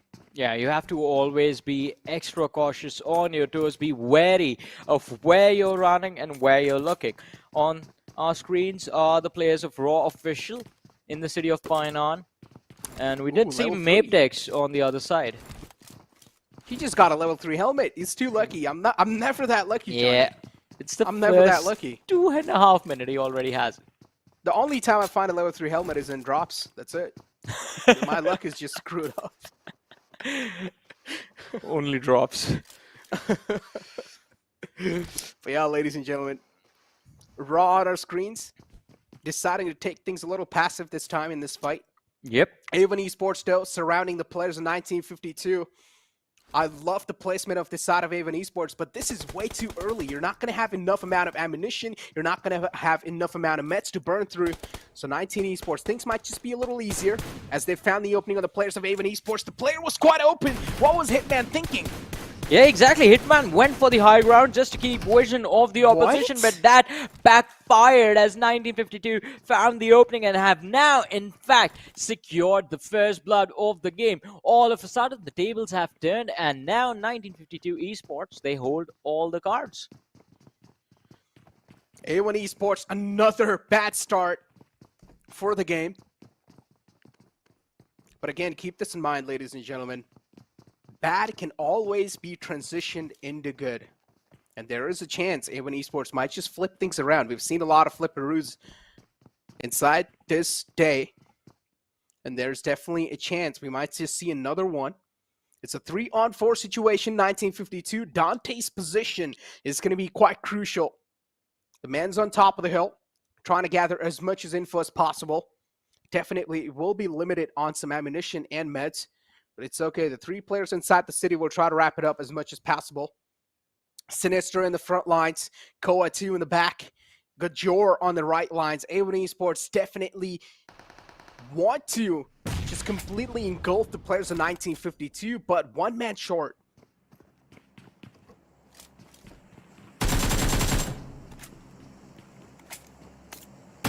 Right.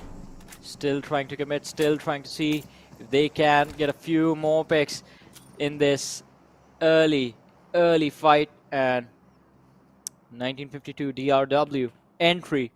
Again, an incredible player, a very well-known name amongst the community. It looks like he knew that Sinister was hiding in the compounds right in front of them, and he was quite eager to secure that point for his team, but they have to also at the same time be extremely careful, because one small mistake and the advantage that they have, it could be nullified in a second. Talk about nullifying things. This threat is definitely not being nullified yet. It's a standstill. MABETEX eSport. Yeah, they've literally got 50% of the Pinan in their hands. And it seems like they don't want to move away from this. Again, a 3-1 split can definitely do wonders as long as Wally's able to keep his position anonymous.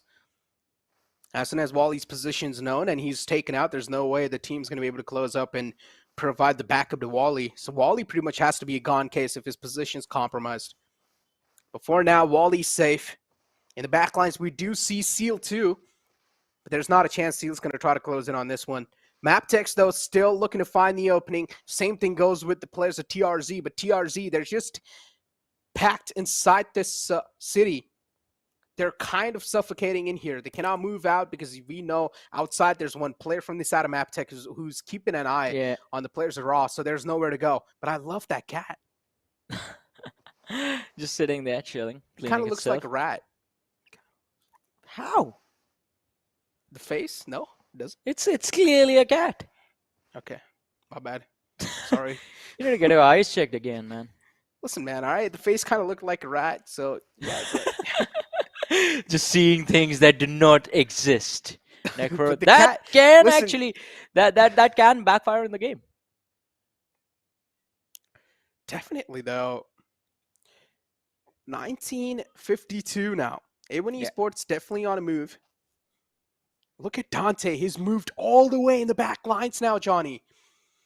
A1 Esports might just suffocate to their own death here. I mean, they've already dug their own grave. It's just, we're just waiting for the players in 1952 to push those players in that grave. But here's the thing. I believe Hitman thought the same thing a few moments earlier. No, but And Dante is actually prone over there. Hitman was just running on top of those rocks. So, yeah, there's a difference, Johnny. He's eventually going to have to get up to try and take those shots if he wants to force a fight against the players of A1 Esports. And 1952, they're going to have to close in the distance if they want to collapse and finish off A1 and get this fight done with. Because eventually they are on the edge of the circle. The circle is going to move away. They're going to have to move out, and all of that is going to happen. But before that, they need to finish and close this fight. So if Dante is just going to be holding the higher ground, it's just going to be closing out the escape routes for the side of A1 Esports, making sure they do not run away from this entire situation. The other three lads are going to be the one that are going to be forcing or in fact pushing on the players of A1 Esports on the low ground. That means the 4v3 that was supposed to happen has just been cut down to a 3v3. Oh boy, this camping is definitely Oh yeah. quite long lasting. It Camping makes a lot of simulator. sense too, Johnny. I mean, why do you want to take unwanted risk? Instead, you can just wait out patiently and wait for the enemy to make move and run out of patience.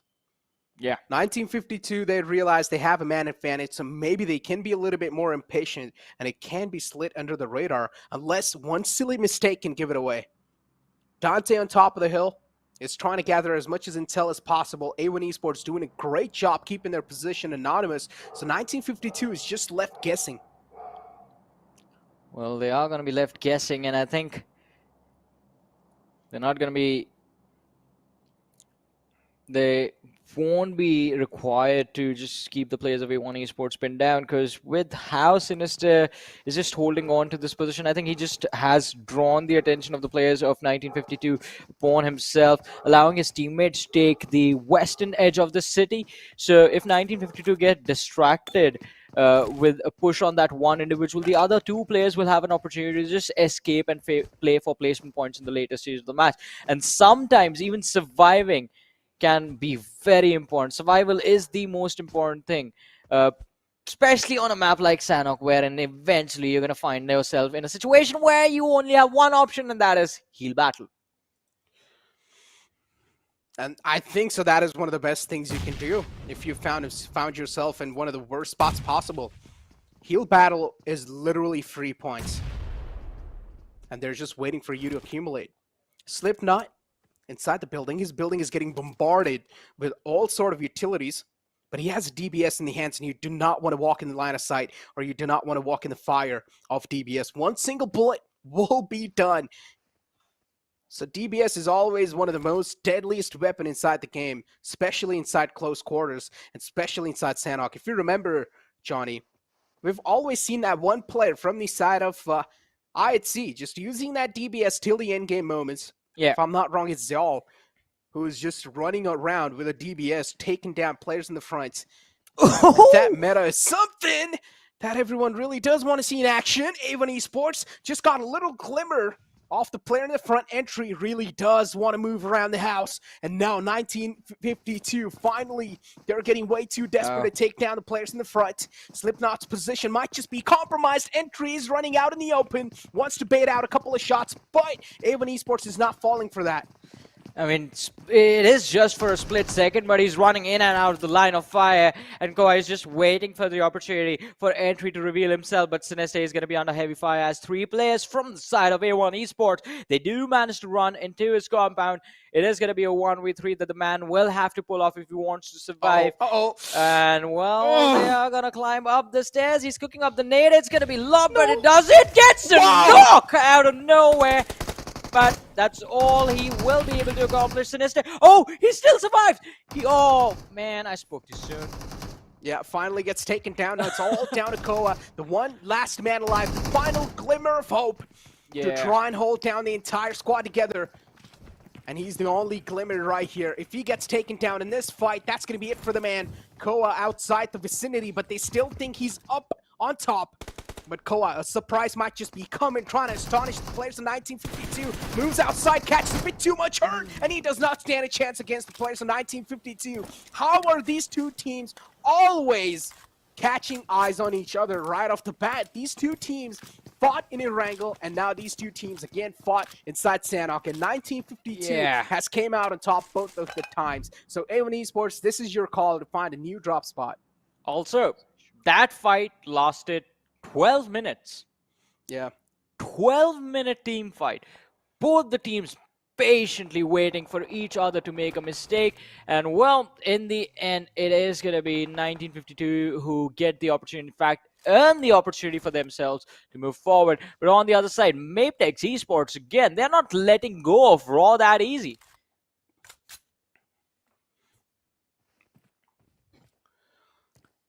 Alright, see, just scouting out the grounds. Definitely knew, though, there is danger. Nice shots connected, WIZZES. But they're instantly going to fall back now. Vehicle's ready for them to make a quite a crucial rotation. IC, though, wraps it around from the back lines. Will shut down 2 players. WIZZES just unknown. And this is why you never underestimate a Mongolian power, because they will strike in from whenever or wherever. Alright, see. Nice opening. 2 players down. It seems like now IC are looking to conquer the entire WIZZES club here. But Kuwait instantly backs down from that fight. But he catches another fire from Demo. IC has just surrounded them from all the different directions. There's nowhere to go. Once you step inside that territory, you're a dunzo.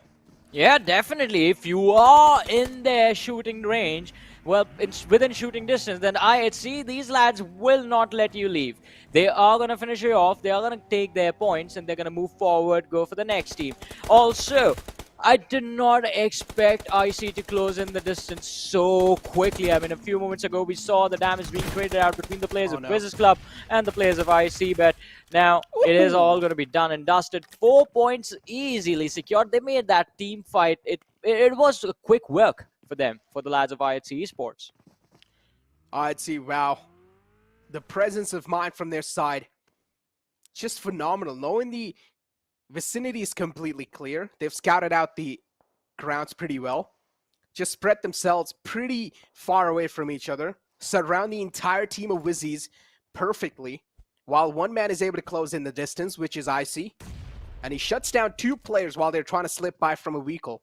Perfectly planned and executed that strategy. And you can only expect something like that from teams like Godlike Stalwart and IHC. These 2 teams, of course, with insane amount of experience. They're able to show themselves up, and we also saw a little glimmer off the firepower, off the big punch IHC packs. Oh, yeah. And on the other side, we do have MABETEX again on our screen. Start the game from Painan, and now finally, 15 minutes after they dropped on this map, they decide to leave the city. They finally decided to move on as a team, and it's going to be quite interesting to see where, in fact, they are headed, and in fact, where are they going to go now? Because on the high ground right in front of them are the players of IHC who are lining themselves up. In the rear are the players of Godlike Stalwart. So MABETEX Esports, it's not going to be easy rotation for them anytime soon.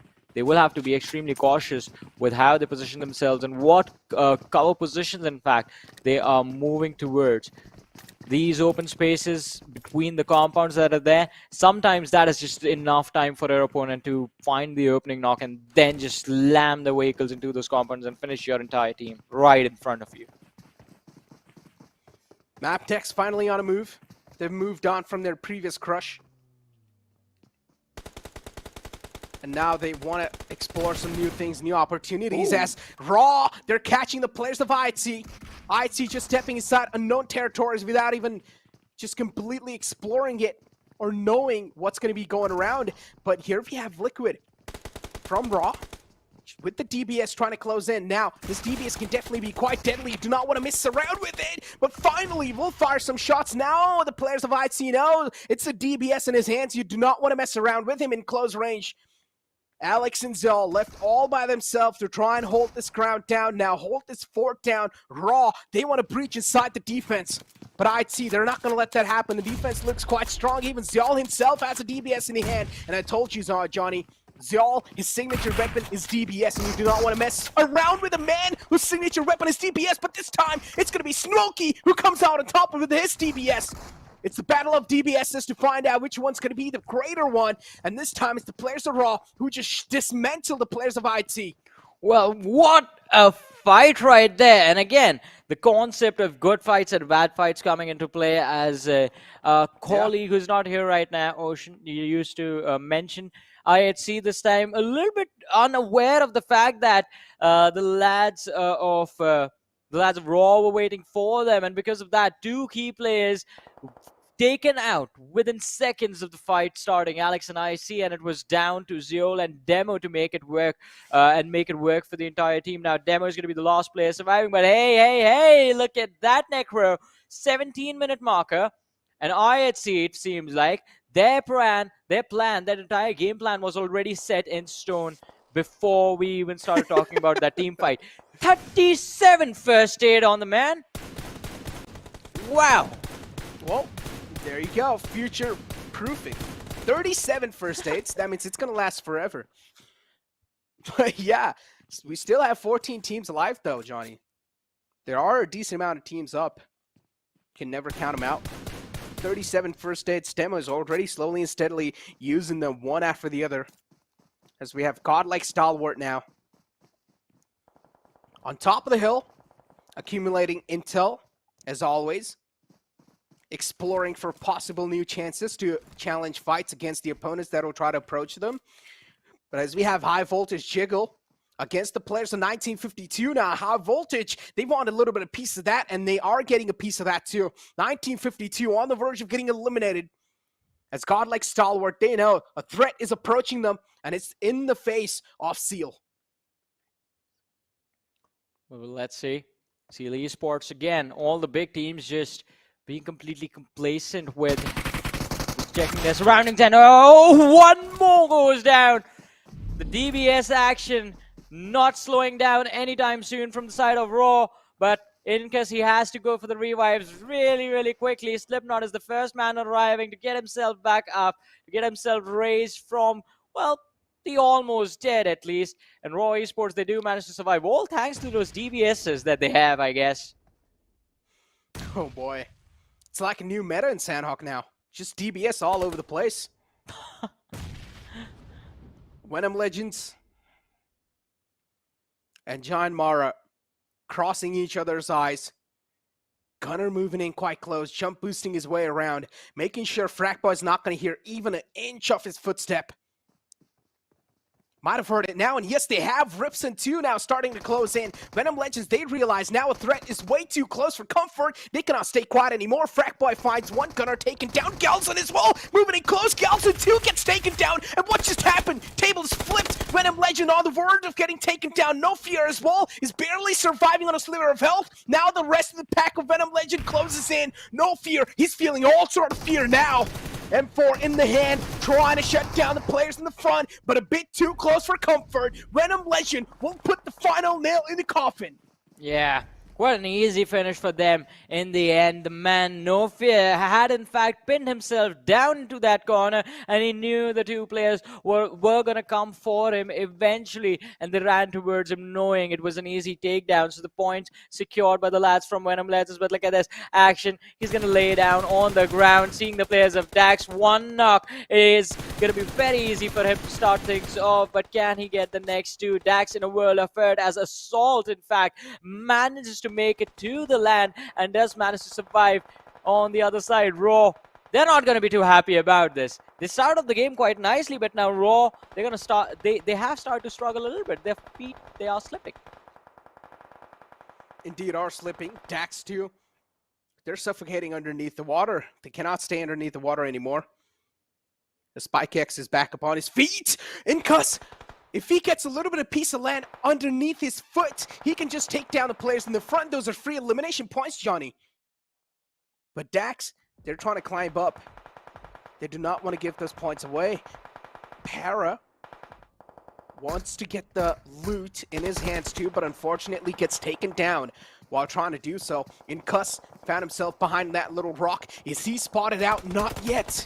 Finally, will be spot out and instantly shut down. Spike will follow it up too. Dax now, unfortunately, on the shore. It seems like that's going to be it for them too. Yep, Dax could not stand a chance against the firepower that was being inflicted onto them. It was the players of Raw combined with the players of godlike Stalwart. And we have Deadeye's guys, Joker! A little peek is going to be more than enough for Pika to capitalize, and the head's going to be cut off. All hell breaks loose in an instant on Sanhok, ladies and gentlemen, as we're seeing bodies drop left, right, and center. And one big reason for that are the players of godlike Stalwart. 8 finishes secured. Look at that. He's not going to let anyone survive. Doesn't matter if you're a person or you're a seal. Doesn't matter. Nate's gonna be top. Lot's not gonna find anything, but the points are definitely finding their mark. Ripson goes down. He gets ripped apart in the water. And VENOM Legends too stand no chance, stand no ground against the firepower of godlike Stalwart. Because they are just shredding through the lobby like they're butchers.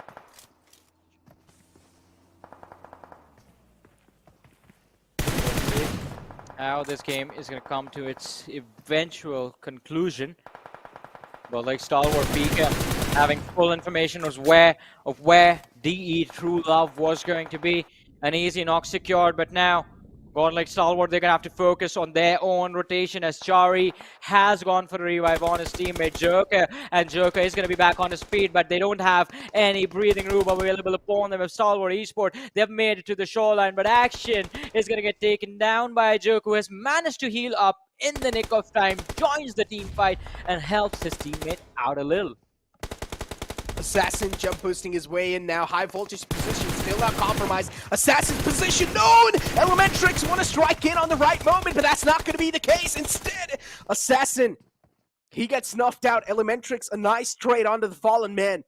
Assassin instantly will be taken out from the game. High voltage on the verge of getting eliminated. DE2 now catching a bit of more fire onto themselves. It's godlike Stalwart inflicting some more pain and hurt. Scry will be taken down from the play zone. Uh-oh, godlike Stalwart, not an outing they definitely were looking out for, but still a great finish. Anyways, DEADEYES guys, one player is knocked out, now he will be back upon his feet. Elementrix 2 have a really nice control for themselves. All across the field, well spread out.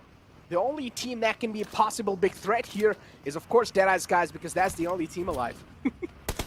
Well, they are going to be the only team alive, but I guess this is going to be it. Elementrix, it's going to be quite easy for them to close this out. Shawl has the UMP, his teammates right behind him, and well, it is an easy chicken dinner for the lads of Elementrix, and who would have thought that this is going to happen in the second game of the day, and they managed to make it to the top 3, 20 points secured, just 5 eliminations.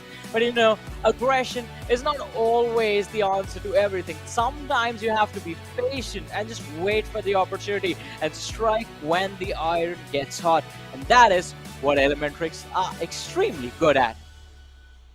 Elementrix, definitely a performance you need on the first day, and they also pull it off in Sanhok. And we know, man, Johnny Sanhok has always been the map of variety. On Sanhok, you always see a team that is usually, I mean, they are capable of doing good, but unfortunately in those sort of maps, they're not able to pop off. But in Sanhok, Sanhok gives them an opportunity to try and showcase themselves in a better way, and that's what exactly happens. Variety being seen within the top dogs, and now finally you see Elementrix shine through.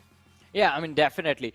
One of the major reasons for that is the fact that Sanhok is one of the most random maps in the game. I mean, had Vacandy been here, I would have said something else, but since that is not going to happen anytime soon, I guess, we are going to be with just the Erangel, Miramar, Sanhok circles. But Sanhok, again, as I mentioned, the most RNG that is just going to destroy your hopes and dreams of winning a match.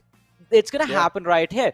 The circle, they always are going to go for those weird hard shifts. If not the hard shifts, then there is always the Camp Alpha shift towards the northwestern part of the map. That is just going to destroy the game plans, because crossing those bridges, crossing the river like we just saw, it is a big challenge for everyone. And also the size of the map, as you mentioned in the start of the game, it's quite small. That means if you are in an extended team fight, like we did see in the extremely early stages of the game, the 12-minute extended team fight between the players of A1 eSports in 1952, imagine someone being close to them. They are just going to run in that direction head on, knowing that the players are going to be bleeding out, and they can secure so many points in just a matter of seconds without taking a lot of risk. So third partying in Sanhok becomes very easy for the teams, and that is something that you have to be careful about. And it is going to be quite interesting to see what the standings are going to look like, because the teams that were finishing, the teams that were getting the placement points, aren't the same teams that were getting those eliminations necessarily. Exactly. I mean, a lot of teams' expectations were there, but they're still not able to perform that great. Elementrix, they were able to shine through, but they only got 5 elimination points. That means only 20 points accumulated. One thing is for sure that Elementrix might not be seen in the top 3, but they will definitely be there in top 8 or top 9. But Elementrix overall still a decent performance, and these type of chicken dinners on day 1 should boost your confidence quite a lot. Should boost your overall mentality quite a lot too, because ladies and gentlemen, being an esports athlete is not easy. You already have a lot of pressure on your mental. You already have a lot of things going on inside the game that affects your mentality. And not just that, how can you forget about their personal life? Even in personal life, there might just be things going on which you don't know. It's really easy for us to sit here and pass comments because you never know what's going on in that player's personal life. So all I'm going to say is do not hate. Just sit here, enjoy the show, and cherish every single player that's playing it. Exactly, and support your favorite team. If you do not like someone, you don't necessarily have to wait. Just show love to the person that you do in fact like, and support your favorite team, support your favorite individuals, ladies and gentlemen. But I guess sometimes you just have to be an absolute gangster to prove a point, just like this man did right here. 4 eliminations, just 20 minutes of survival time. But hey, I mean, points were secured, and VENOM Legends at one point were looking very solid in this matchup. Exactly, they definitely were, and the healing down of 244 as well. I want to see what the player of IT has got. How much healing has he got? Demo right there. He had 37 first aids, and he was just going for the med strat till the end. Action, as always, will be there in the player focus as we see Action with 3 elimination points and the damage number of 483, and with the survival time of 22:47. Entry there from 1952. Johnny, we gotta say, Entry has stepped things up a big ton this time. I mean, overall, the 1952 squad is doing wonders. Yeah, I mean, they are doing wonders indeed. And Entry, I have been talking about this man for so long. He is an incredibly mechanically gifted player. We have been seeing him for ages, and he has managed to be consistent throughout those ages, in fact. So he is one of those players that you can build your team fights around. And it's going to be quite important for the squad of 1952 to realize that fact and let this man just play on the best of his abilities. On the other side, the 1952, that entire fight, I mean, the A1... A1 eSports situation, they handled that perfectly though. That's all they could have done over there. On the other side, match summary, we do see Scry with the highest elimination, Gangster sitting on the 2nd position with 4, and I guess the damage numbers are going to be the reason because of that, because of which Gangster was in fact deemed the MVP of the game. But moving forward, the match rankings, Elementrix sitting on the 1st position with 20 points secured, which is, I have to say, as you mentioned, it's not something that is going to break their hearts, but it is going to be it is going to make them happy. 20 points is a good average for them. It is. It definitely is. And as I mentioned, I mean, this sort of a chicken dinner, it's just the start of the day, Johnny. I mean, you've just been done with 3 games yet. I mean, it's just the start of the tournament, my bad. And you've only played 3 games so far. And Elementrix, this sort of a chicken dinner is not something to prove yourself on top of every single team. This is a chicken dinner that you really need to boost your confidence up for the entire PMPL that's going to be upcoming. Yeah, definitely. And it is also going to be about the South Asia Championship. That's going to happen. Oh, yeah. Like, right after this. Right after this. So, I mean, it's a little bit of prep work for the teams that do, in fact, expect to make it. And for the other teams, it is going to be just about fighting their way through the SA Championship. But hey, as we said, this is how the match started. A1 Esports, 1952. The fight started within the first 2 minutes, and it came to an end at exactly the 12-minute, I believe. Yeah, 12-minute 3-second marker right there. Exactly, but this fight execution definitely has impressed me a big time. IHC, they found a little window of opportunities and they instantly capitalized on it. Spread themselves pretty well, completely surrounded the team in the front, which was WIZZES club, and they could not stand a chance. Yeah. Well, we saw IC closing in quite close, and WIZZES had no clue that IC is going to be right next to him. And IC just striked in like a venomous snake, and he just shut him down. As High Voltage Assassin tried to flip things around here, but unfortunately, it was the only man available at that moment. Elementrix, a final sweep up to get the chicken dinner, which was the players of Godlike Stalwart. But yeah, again, some easy cleanup. That's it. Or which was the player of Deadeye's Guys, my bad. But Deadeye's Guys, still a decent outing from their side. Well, it is going to be quite interesting to see what DE are going to be up to in the next few matches. Because again, Deadaye's, guys, as you mentioned before we started off the day, Necro was the same team that was just on a highway to hell, basically, and just dragging everyone else along with them, just to toss them in the fires of perdition. But this time, off to a slow start. But I believe the recovery is going to happen very, very quickly. But look at that overall rankings, and we do see the usual suspects sitting at the top. Godlike Stalwart on the first position as always. Some things never change. Some things never change, or some things will probably Will probably I don't change. know. No, I was about to say some things will probably never ever change. But yeah, Godlike Stalwart are right there.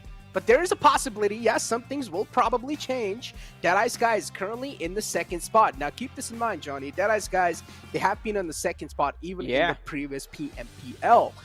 If the similar sort of story is going to be replicating over here, then Deadeye's guys, they will need to start eyeing out for the first spot. I mean, imagine, right? I mean, I was casting PMPL North America in the past, and I remember these words Hot Jukes always used to say. He used to say the second team is way much more mad than the team that is last. Yeah. Because you have everything to lose being on the second spot. You're so close to winning, but you're still not able to get it. I mean, so, you know, there was an analogy that was told to me every single time, like growing up. Everyone remembers who came first. No one is going to remember if you are going to be second.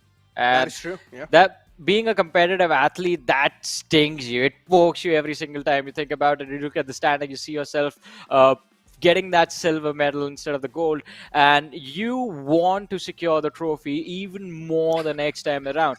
For DE, it's going to be the same thing. They want to take on the challenge. They want to prove that they are, in fact, they deserve to be the champions of South Asia. And they do have what it takes as well. So it's just a matter of time before it happens. Yeah. Or maybe sometimes you just got to be a gangster and just steal it. Just like our man Gangster from VENOM Legends. Yeah, exactly. He stole the limelight for that game. But now the rest of the schedule for the day, ladies and gentlemen. 2 more games remain. Miramar and Erangel in front of us. 4th and 5th game, where Group B is going to be sitting it out this time. And Group C will be back in action. Yep, Group B. They are going to be sitting this one out, as I said, and they're going to be back in the last game. Teams from Group A, though, this is going to be their last game for the day. They're not going to be playing the last Erangel. That's going to be there, ladies and gentlemen. But again, Necro, it's time for... Who do you think is going to win that game? Who do I think is going to win? Yeah. Oh, man, stop. Just stop, man. You go first, please. Listen, all right? I've been going first throughout the day. It's your time now. Alrighty. I believe, as you mentioned, you took the example of DE, Deadeye's guys. I think Stalwart Esports, they are floating in a similar boat because they had the numbers advantage in this particular match. They were almost there. They could feel the chicken dinner as well, but then all of a sudden, not anticipating how quickly Joker was going to heal up and just be there for his team. It was the reason where DE were able to take them out. So this time around, I think, again, because it is a Miramar as well, Stalwart Esports, Godlike Stalwart, I'm going to go with them. So basically a safer option over here, huh, Johnny? As always, just going with the safer I'm old, option. man. My days of taking risks are done. You're not that old, Johnny. You're still pretty young. Come on, stop calling yourself old. All right, but anyways, Yeah. if you went with Stalwart, that means I know I don't need to be with Stalwart, because whichever team you go with, you end up cursing them. So I'm gonna go with IT. Stop I'm gonna reminding go with people IT. of that. This has happened a lot of times, guys. Listen, all right. It's not like I'm hating on Johnny, but this is. I don't know what you're talking about. Right? It's from I the don't know. past. Have I Johnny's been had wrong? like a little. He has had like a little resume of cursing teams whenever he chooses them. So I'm not gonna go with Johnny this time. I'm gonna go with the complete opposite. I'm gonna go with ITC, and I'm gonna see what they've got in the back in this one, because this is a Miramar game, and ITC, I'm still waiting for them to activate themselves. Yeah, I mean, IHC, they're a great team. I mean, even I think the IHC is going to win. Yo, you cannot just change your prediction like that. I was just waiting to see what you were going to, how you were going to react. But cannot. all right. I'll stick with All right, Godlike Stalwart. I believe in the lads. I know they can deliver. I mean, the previous Miramar was pretty intense from their end. Okay, all right. If God like Stalwart doesn't win, you guys know who to blame right here. The man is, you guys know, he's the man to blame over here. But yeah, He didn't make me pick is IHC. the thing that I went. But Johnny, you know, speaking of Yeah. all this tournament, man, and speaking of how we're looking absolutely fine, right? And where did you get those glasses from? I'm looking to buy some new pair for myself. No, I didn't buy them. I just yanked them off a punch. I saw him wearing it, took them off, started wearing them. That's it. Easy peasy lemon squeezy. As you said, sometimes you have to be Yeah. a gangster in life. But the problem is, I cannot slip under the radar. I'm too big. So, stealing for me cannot work. But anyways, ladies and gentlemen, enough of the banner. I'm pretty sure the game's going to be starting soon because this one is going to be Miramar. And here we go, the plane fly path in front of us. And this is going to be the second last game of the day as Group B is going to be sitting it out this time and Group C will be back in action.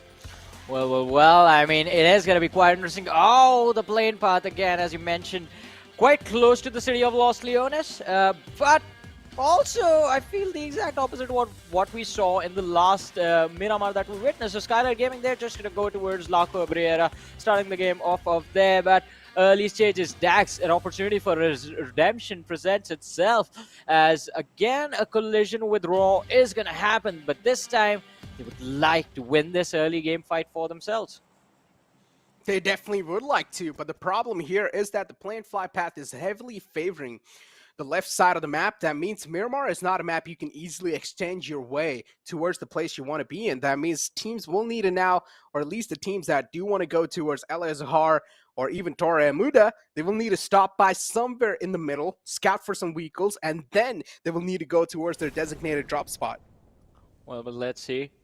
Sometimes you have to just adapt on the fly and deal, or in fact play with the cards that have been dealt to you.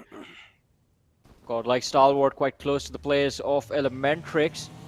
DRS not too far away from them. T2K, Jan Mara also playing in the same vicinity, but a massive cluster towards Los Leones and Puerto Palacio, as we do have MABETEX, VENOM Legends, and the WIZZES club team in Los Leones. VENOM Legends moving towards Impala now. Seal eSport, they have gone for their drop towards Puerto Palacio. 1952, look at that. Now that is capitalizing on the moment.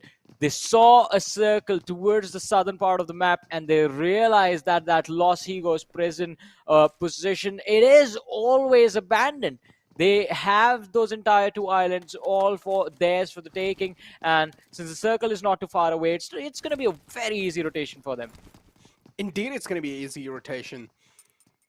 But again, we have DE Warriors underneath us on the left side near Chumacera. Yep. Then you've also got TRZ all the way in Valle del Mar. This proves that TRZ is one of those teams that does not like to engage in fights early off. That's why they've got themselves a drop spot that is way far away from the main city. Incus from the side of Raw. And we have Dax as well against the players of Raw inside the same city, which is El Pozo, if I'm not mistaken. And these two teams, they definitely have crossed eyes. El Pozo, again, is one of those big cities where two teams can easily loot, but there's a big chance that they might as well just counter each other. Well, let's see. Dax deciding to back off the Swolt. He has quite a lot of distance between him and the players from the side of Raw. Battle God right behind Assault to provide at least some sort of cover fire if the worst comes to worst. But Raw, their plan looks quite similar as well, as we do see Liquid quite far away from his teammates. And he is going to try and close the distance, try and be there for his team as quickly as possible on the other side.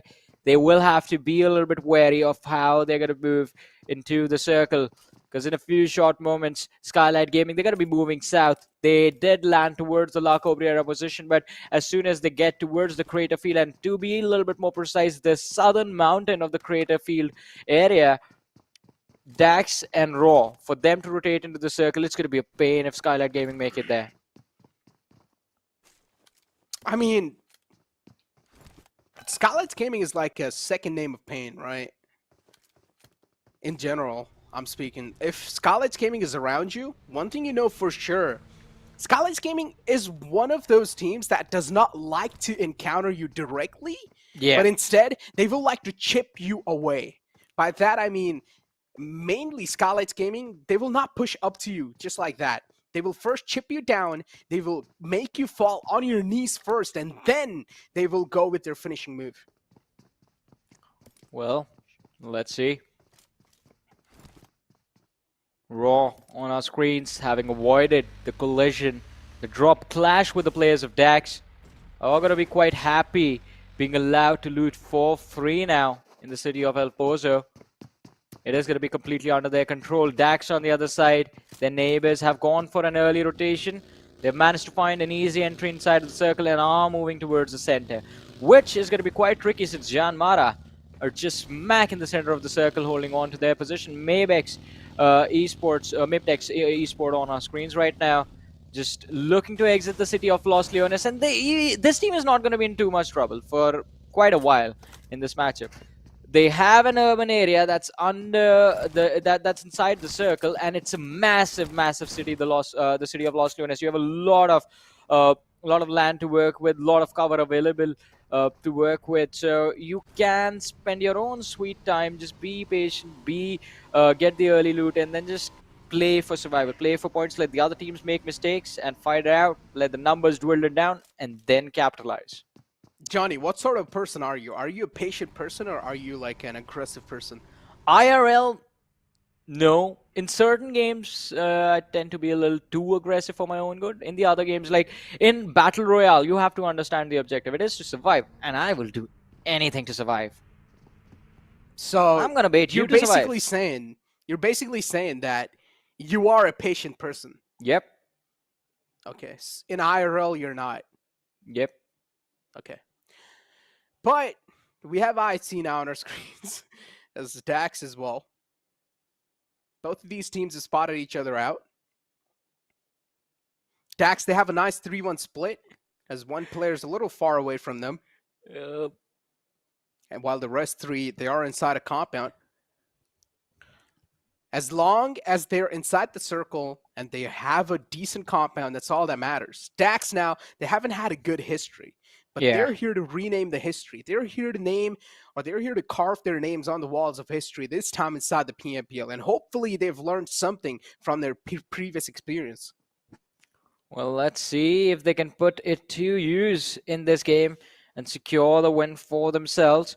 Because that is what the moment right now needs from this team, needs from the players to secure the win.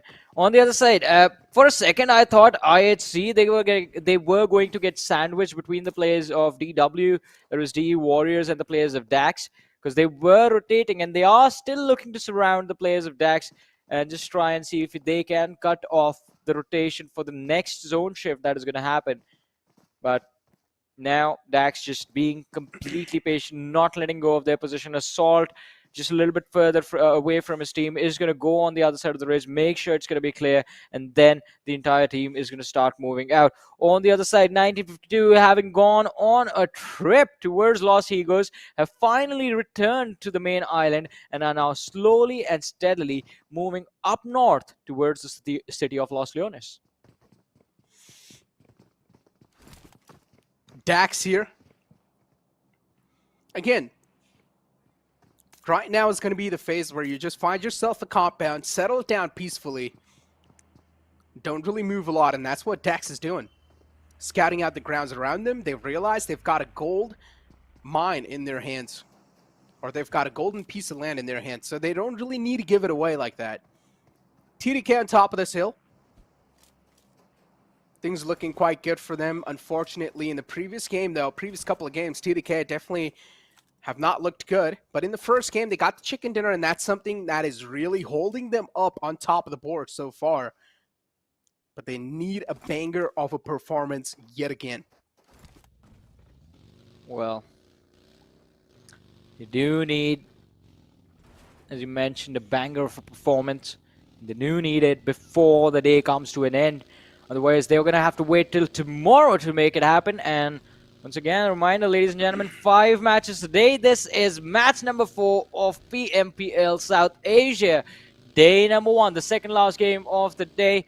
T2K Legend just moving around quite nicely with his buggy, just traversing the terrain, trying to see if he could spot someone out. We do have the first airdrop on our screens with the AUG. The level 3 kit is going to be there, the vest, the backpack, and the helmet, along with the 8X. So the AUG on Miramar, well, we did see it in action in the first match in the hands of an individual, but the 8X does become quite important because after all, we do see a lot of sniping and DMR action on this particular map. It is going to be quite open the entire time you're going to be playing out in the desert. Legend, I guess he did take a few shots from the opposition while he was just trying to clear out the positions, but now he has decided to back off. They indeed have. TDK now. All 4 players up and alive. So far, we haven't witnessed a single piece of action, but finally, as I say that, we finally do see an elimination following it up on the board. 1 player's knocked out.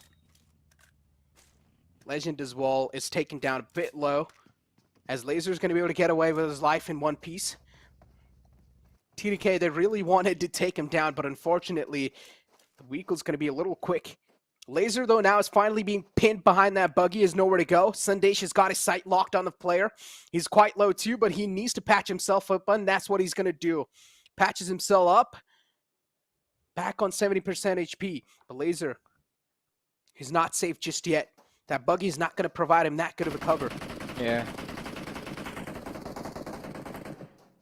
Well, Laser is just a sitting duck at this point, not a Laser anymore, as it is just not a question of if it's going to happen.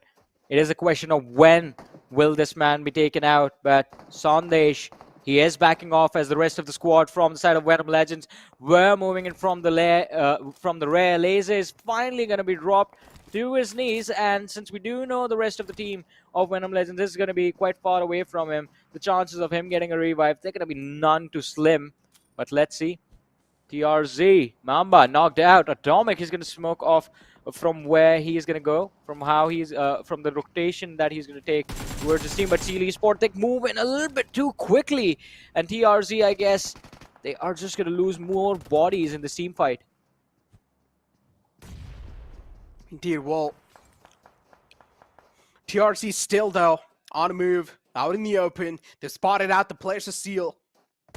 Trades are definitely happening back and forth. Bullets are being exchanged. So is the damage. Spooky finds himself inside the house. Oh! Oh, does not really care about the sidelines. This is where the team synergy is a little lacking. The communication problems was not really able to communicate that properly. And what an opening from the side of Seal. This is the window of opportunity Seal really needed to capitalize on. And it's being given away now as Rare will be taken down. Mad Cat might just be the next to follow it up, but Kese will step away. Well, right in the nick of time, he managed to save himself. TRZ, they're going to be down to the last 2 remaining players. Atomic, his position has been compromised, and Farad, he's going to go for a push, go wide and circle around to try and pick off this lad, while Spooky has him pinned out in the open. But look at this, Atomic taking a lot of damage. The Mini 16 in his hand, also doing the same to his opposition, but he is surrounded from every single side. And Zeke, he's just going to close in, lob the nade, pick him off, making Mad Cat the last surviving player from the side of TRZ. Seal. Zeke is definitely taken down a half HP. But again, it's completely okay. Seal, they've got 3 elimination points on their name. TRZ, they have no other option than to just run away from this fight. And that's what they're exactly going to do. Final man with no choice left will need to run away for his life. But Seal, a great way to defend yourself, but now Zeke finds himself in the middle of nowhere as 1952, they're here to take a revenge. And unknown revenge off the team in the front. TRZ was able to escape, but 1952, they heard the shots and they came in for a third party. But now they themselves are getting third party by VIZZES Club. I mean, it is going to be, that's what I was going to say, like, the third party is happening on Miramar. I've never seen them come this quickly, particularly in this particular map. Skylightz Gaming on the other side taking on the players of Elementrix, and I wish we could see the map on our screens in a few short moments because there's a massive cluster of teams on Picardo right now, Necro. We have Elementrix just north towards the power grid area, Skylightz Gaming in the same position as well. Then towards Picardo, we have the players from Janmara, we have the players of Seal Esports, we have IHC, we have DAX, we have the teams closing in from Los Leones that are going to make it towards the southeastern edge of the circle. And it is going to be quite interesting to see how, and in fact, where are these lads headed towards and how are they going to protect themselves? Elementrix on our screens. So far, playing things pretty passively. I'd see. What just happened? He just... Okay, Action's alive, but he was catching a bit of hurt. Top is in the clotheslines too, so Action, nothing's to worry about. Top and Action duo has always been one of the most deadliest duos out there. Even in Stalwart Esports, they just have these two players up and alive. You can always consider still Stalwart as a four-man army because these two players, they're as good as a four-man squad. Well, as you said, these two lads, they're going to be as good as a squad, but the squad that's chasing them down, what if they have been trained to kill? And that's the question, because T2K, quite close to the players of Stalwart Esports, and neither of these teams have avoided each other in any fight. They have been going at it for, I believe, 3 seasons now. And this time, God like Stalwart, they're going to prioritize the fact that they did not have any cover. They were out in the open. And oh, look at this. Jane and Sandesh rotating quite close to the players of VENOM Legends. But both the squads decided to go their own merry way and just avoid getting in a very weird fight outside in the blue zone. IHC found themselves a nice comp and to play around with, but unfortunately now it's WIZZES Club knocking on their doors, around them, pretty close to them as well. WIZZES Club want a bit more off the players of IHC. Previously, IHC wiped them out, but this time, is it going to be the similar sort of case or not? WIZZES Club looking to get their revenge on the players of IHC. IHC with only 3 players in the front lines. We'll need to try and defend the fort. But IHC as well, they're playing this pretty well. Patience is the name of the game for them. And they're playing it phenomenally. What just happened there? Is he trying to push his own teammate? Well, let's see the... Oh, wow. WIZZES Club, they're going to be part of the action against the players of IHC. IHC is going to be dropped down to his knees. Now WIZZES Club, they're going to go for a push. Ziol, he's going to be waiting for them in this compound. A nade in his hand being cooked right now. And, well, WIZZES Club, they are going to be holding off the aggression for a few moments as well. They do not want to risk running into this compound outnumbered and be taken out for just being too over-eager in committing to the action. But while they were waiting patiently, I see the backlines has gotten revived, but the push is going to come eventually, and Ziol is going to be taking care of things as he does manage to secure 1 knock and make this fight, well, a little bit more manageable for his other 2 teammates. He indeed does, as WIZZES Club now. They're going to be on the move too. Red's still knocked out. He's catching a bit too much damage outside the blue.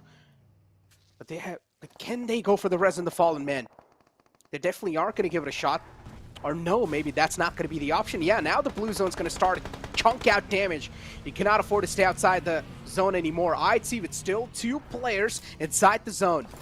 I like the proactiveness from the side of IHC. Did realize things are falling apart quite badly, so they needed to make it inside the circle. IHC is going to mow him down. We'll collect the final 2 players, being the sweepers of the lobby, sweeping away the players in the front. Now IHC, they're going to switch their targets over on other team.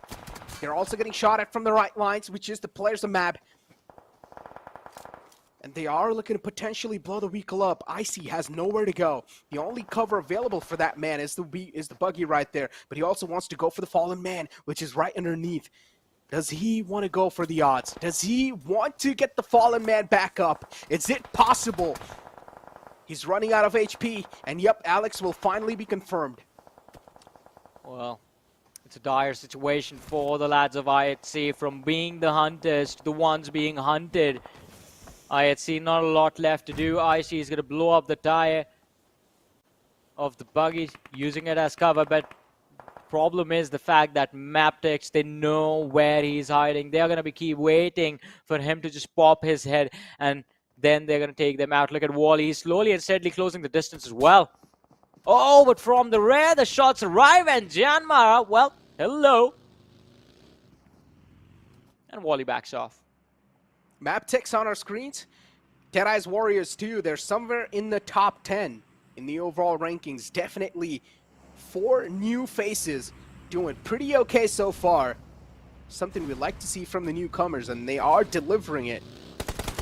Elementrix now stepping in an unknown territory and will be welcomed with open arms as Giant Mara will shut down the player.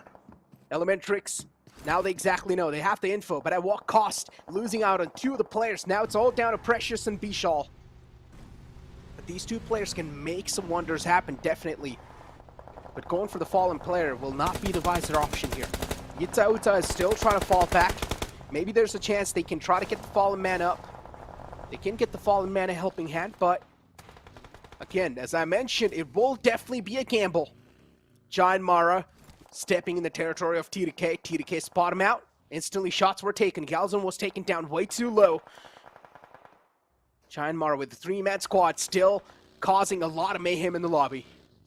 20 minutes in, 12 teams still surviving. Dax taking his exit on the 13th position as they did fall down to the hands of the E Warriors. But look at this, Janmara, no fear, just having no fear, as the name says. Peeks the ridge, sees the players from the side of MABETEX, and well, does find a wonderful opening for his team. A nade being lobbed right in the dip is just going to keep MABETEX on their toes as they are going to try to go for a revive on Liquid. And Baron is going to try and climb the ridge, but the nades, the utility usage from the players of Janmara, causing a lot of hurt to the players of MABETEX. And well, Elementrix, Precious, he's not going to be able to survive. Well, he does survive, in fact, takes the players of MABETEX and Janmara down. Elementrix being able to handle the pressure quite nicely this time around. And that's what you're supposed to do, being a professional player, and he's done it perfectly. Elementrix Precious is down low. Bishal tosses in a nade, and that lob's going to be quite nice too. Chips down the players quite low. DW now in the front lines. Precious instantly switching the targets in the front.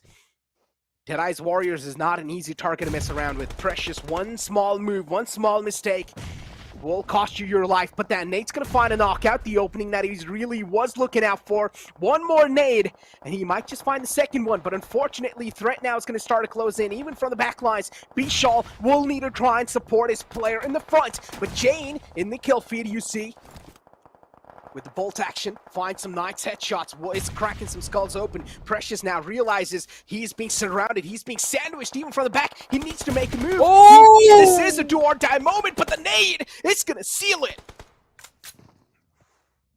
Ooh, that one has to hurt right in the face, the nade popped. And well, sometimes you know, no matter what you do, you are not going to make out of this situation alive, just like Jalton right about now runs into the entire team of Stalwart Esports, and well, he's going to be destroyed in seconds. Indeed is. Godlike Stalwart looking pretty comfortable inside this one. Power grid. The circle is closed in. Can we call this an urban finish? No. No, right? It's, Power grid yeah, is not. it's not a city. Technically, yeah, it's not. But there's still enough amount of cover to hide around. There is cover, but it's still not a city. That is true. Yeah, that is true. That is true. You know, well, I'm going to give you that. I'm going to give you that. But yeah, Giant Mara getting taken down at 7th spot. DE Warriors up against the players of Skylightz Gaming. Skylightz Gaming definitely, with the way they're approaching this battle, is quite nice. But another challenge will be here is to make it inside the next circle. And the Guardian Angels off the circle on that side is Godlike Stalwart. Not an easy opponent. Well, let's see. 5 teams remaining. 16 players still alive. Moving to the 7th circle of the game. Skylightz Gaming still 4-man strong. Raw. They're going to have to figure out a way to deal with the players of Godlike Stalwart and the players of Skylightz Gaming. And they're doing a brilliant job in that, in the sense that SG and STE, they're fighting amongst themselves. Nima taken out from the side of Skylightz Gaming. Mafia Ninja was already finished off a few moments earlier, so it's down to AJ and Mr. Boro. The responsibility to secure the points for their team. And what a nade from AJ. Securing a knockback. Well, he does get traded out instantly. Yeah, that's not a good news for the side of Skylightz Gaming, considering they now need to be hustling and bustling as quick as possible. They have not a lot of info gathered in this sort of a vicinity. Mr. Bor is going for the res on the fallen players, so Skylightz Gaming for now, they are okay. They also have a nice ridge, and one thing they know is that there's no way to be flanked or even be backstabbed. Skylightz Gaming, backs are clear. The next circle is going to shift a little bit closer to the players, so godlike Stalwart. Maybe they are just barely inside the circle too, but now the teams are the players that are in the outskirts. They will now need to start closing in on Power Grid, and that's when we're going to see an absolute hell break loose, Johnny. Well, let's see though. As you said, all hell is about to break loose. Legend, we did see him keeping an eye on the players of DRS. Gyante, he's going to have to cross that distance from that small little shack to where his teammates are. Rules, Delta, and Killer. But will he be able to make it? Oh, Legend now. His position is going to be revealed. In T2K, the advantage, the element of surprise that they had in this fight, it's all gone. Talk about element of surprise, though. DRS, they've all the 4 players up. They're also slowly and steadily moving in from the right side. Unfortunately, the players are raw. They're being spotted. One goes down, which is Liquid. Second might just follow it up, but no. Now the sight lines are being switched on the players of Skylightz Gaming. AJ shut down. The rest 2 players are still up and alive. They're trying to wrap around from the side. But is that going to be a possibility or not? Because there is another team in the sidelines too. We saw DRS. Skylightz Gaming, there's threat lingering all over the place. It's do or die moment. You guys will have to fight to get a better positioning. Well, let's see how good of a position they can get themselves into, though. As top, he's going to have to be extremely careful with how they approach this fight. Actions Cry and top 3 players remaining. Oh no, Slipknot. He's stuck out in the open, but on the other side, they talk about being out in the open and still being pretty deadly. Skylightz Gaming, Mr. Boro and Nima, they're not looking to stop. Oh no! Oh! Wow! What a Molotov on Killer No. MIT. Yeah. For a second, I thought it just dropped right upon him. No. There's a Molotov from the players of Skylightz Gaming. But look at him slowly and steadily on the edge lines. Oh, Slipknot, the trigger discipline. He's waiting for the right moment to strike. Action finds it, though. Will shut down the man at the front. Jane goes down instantly. Will get the confirmation flowing too. Godlike Stalwart with the 3 players alive. Still just causing chaos and mayhem inside the lobby. Slipknot finally decides to strike. Gives away his position a bit too early. And will be shut down by the final player, Skylightz Gaming. He saved the day. Well, but let's see. It is going to be quite interesting to see who wins this game. Stalwart eSports still in this. Or like Stalwart 3-player remaining. T2K is down to the 2. Skylightz Gaming, they're going to be down to the last surviving player. And as you said, they are still in this. But it is going to be down to this 3v2 situation. Legend and Sandesh. And well, Legend, his position is revealed, but that was just a bait. Top. His HP is going to be taken away from him. He's there with just about 10% HP bar left. Does use the first aid, but the utility coming in from the side of the players of Godlike Stalwart. It should be enough to take down Legend and his teammate. And look at that action. Wow. The nade takes down the first, and now there's just one more man remaining. Sandesh taking damage from the blue, just trying to heal up for as long as possible. But yes, as you said, it is done and dusted now as Stalwart, ladies and gentlemen, Godlike Stalwart, in fact, are the winners of match number 4, day number 1. Johnny, you should put this in your resume for the first time. In PMPL South Asia Fall Split 2022, you have not cursed a team. Yes, You've made the right prediction. It is Godlike Stalwart. You just can't curse them, man. That is true, yeah. It's no matter what. Any sort of power in the world will never stop the domination that this team brings in. Even Johnny's curse was stopped easily by Godlike Stalwart, getting themselves in the first overall standing. I mean, they were at the first even after the previous game, but now they are just gaining a big lead over and over again. Now, keep this in mind, ladies and gentlemen. If you're going to have a nice, suitable lead after the day 1, imagine the amount of points that will be accumulated at the end of the week. I mean, we expected them to win the very first game, but the first game was not that. Was not there. Apart from that, every single match, the Miramar that happened, match number 2, the Sanhok match number 3, and this Miramar as well, they have just been phenomenal and very consistent. But the problem over here, Necro, is that they're not going to be playing the next game, the last game of the day, the Erangel. They're going to miss out on it. Oh, yeah. They're not going to be playing the last game. Yeah, they play inside Group A, and in the final game, Group A is going to be sitting it out. So it's okay, guys. But still, what we have is a lot much more action continuing right after this short break.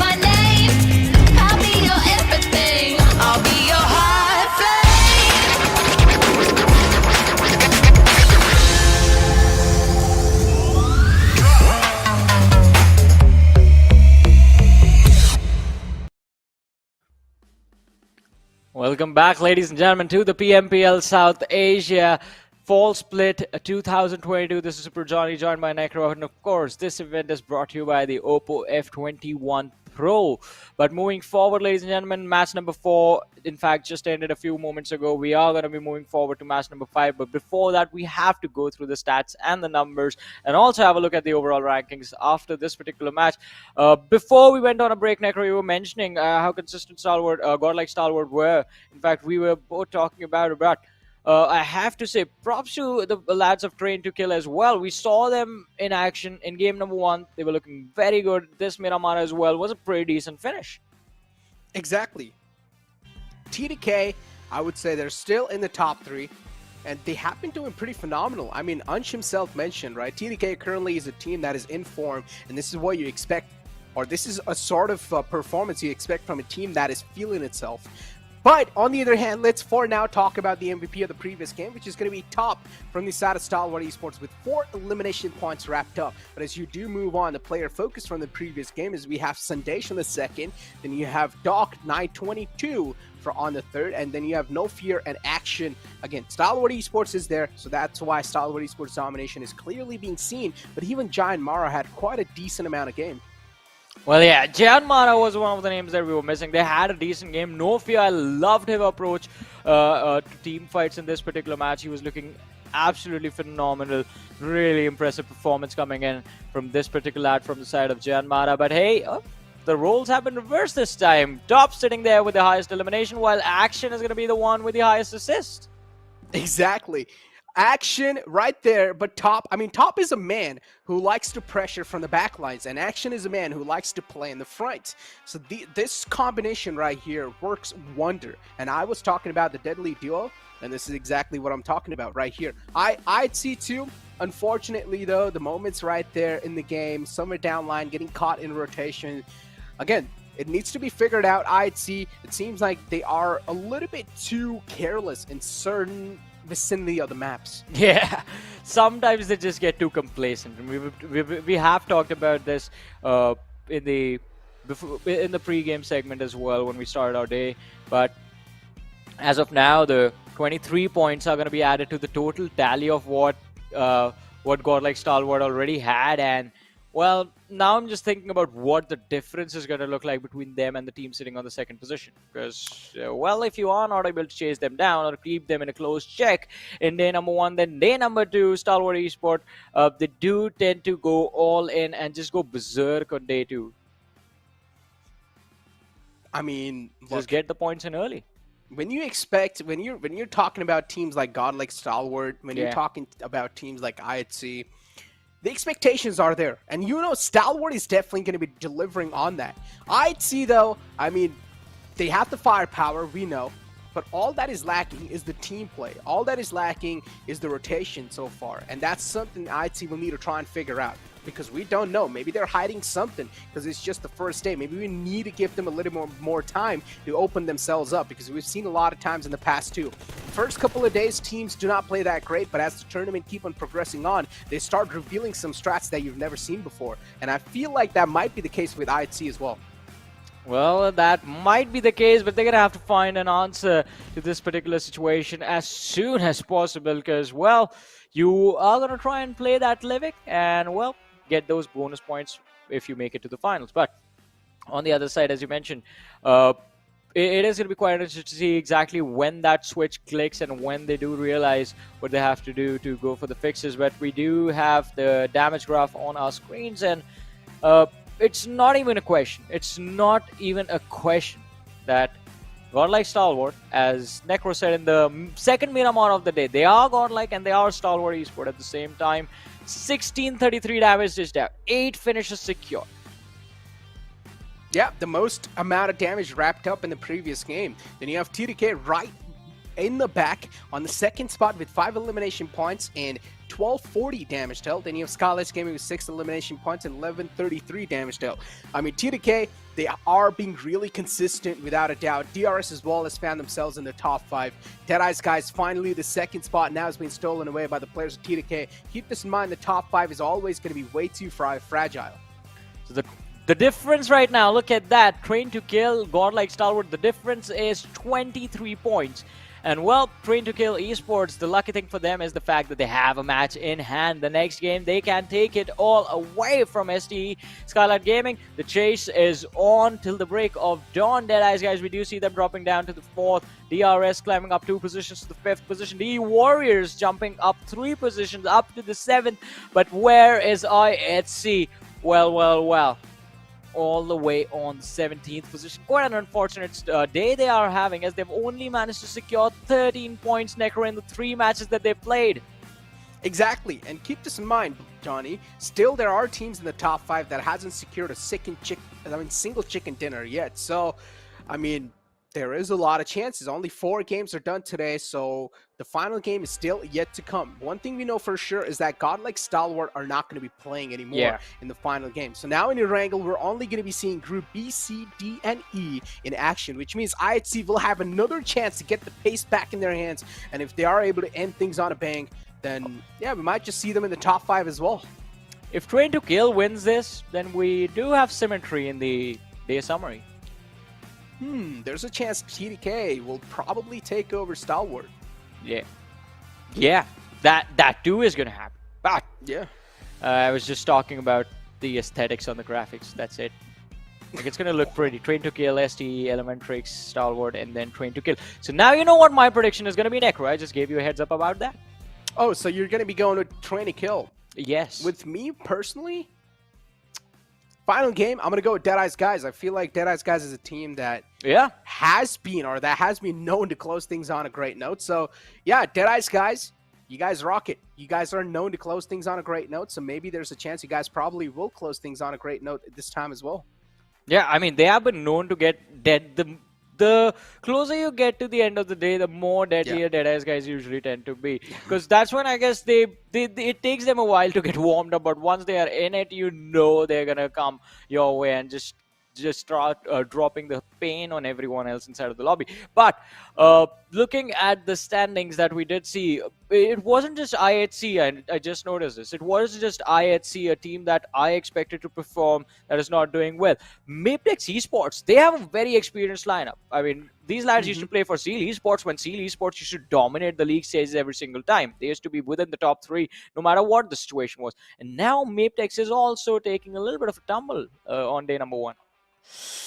Again, as I mentioned, maybe there is a little thing where teams do take a little bit of time to open themselves up. Now, there might be a couple of strats they're trying to hide. Because, Johnny, we've seen a lot of times in the past too, we've seen teams that decide to pop off from week 2 onwards. Because in week 1, they need a lot of time to grasp all the info. They need to understand what exactly is going on around them. They need to go back home, sit back, relax, do their homework.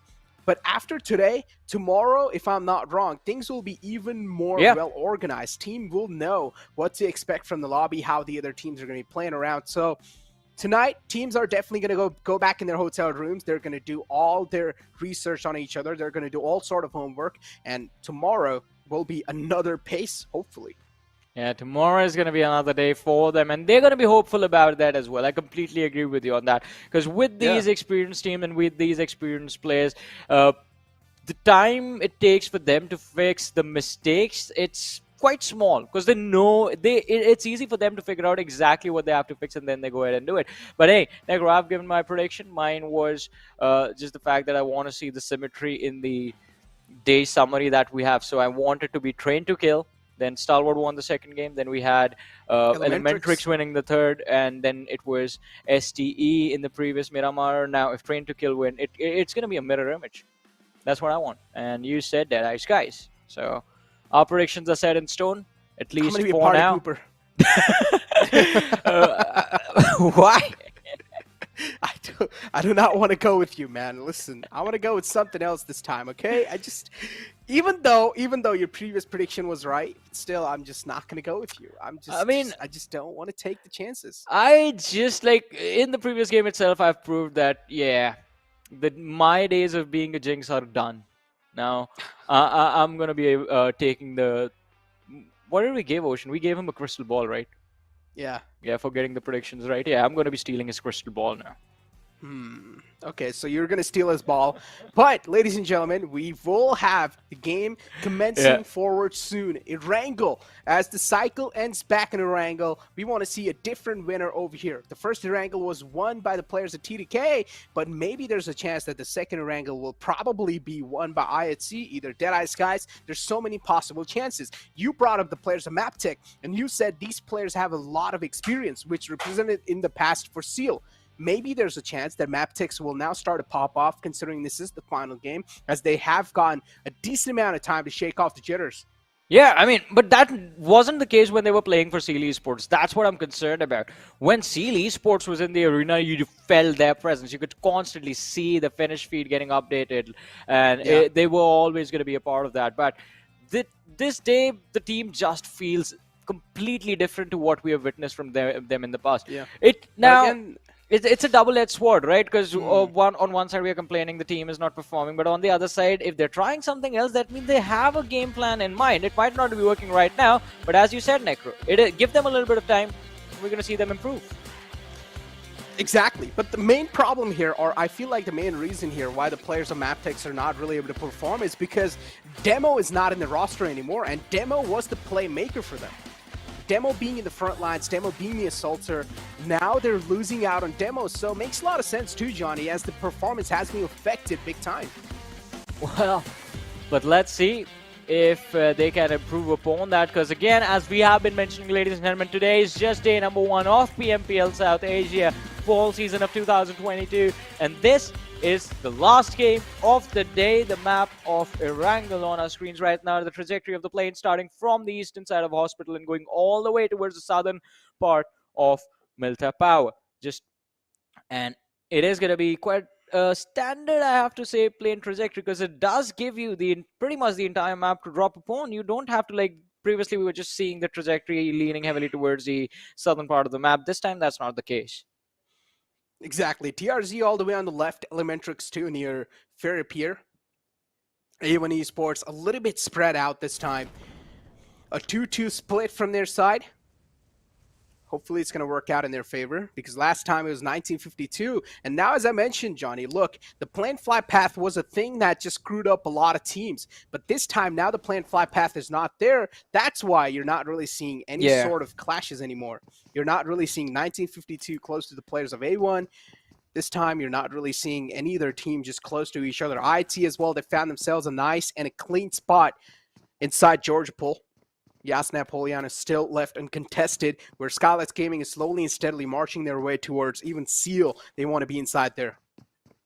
Well, let's see. As you mentioned, not a lot of drop clashes in this particular game, because the trajectory of the plane not really forcing the players to drop outside of their comfort zone. I believe this is going to be one of the slowest maps of the day, apart from Miramar, of course, the previous one. Because now the teams, they know what they are working with. Everyone has dropped to their own preferred drop spots, and they do have that little bit of breathing room in the early game stages. On our screens, the team that we were talking about before we jumped right into this match, it's going to be MABETEX eSports. Now again, MABETEX eSports still looking to pop off here. Baron, Leo, Wally, these 4 players have played in the past too with each other. You said Seal is really well known to start things off on a bang. Or in general, the Mongolian teams are known to start things off on a bang. Yeah. But this time, definitely, MABETEX eSports, they're not really able to replicate the same thing.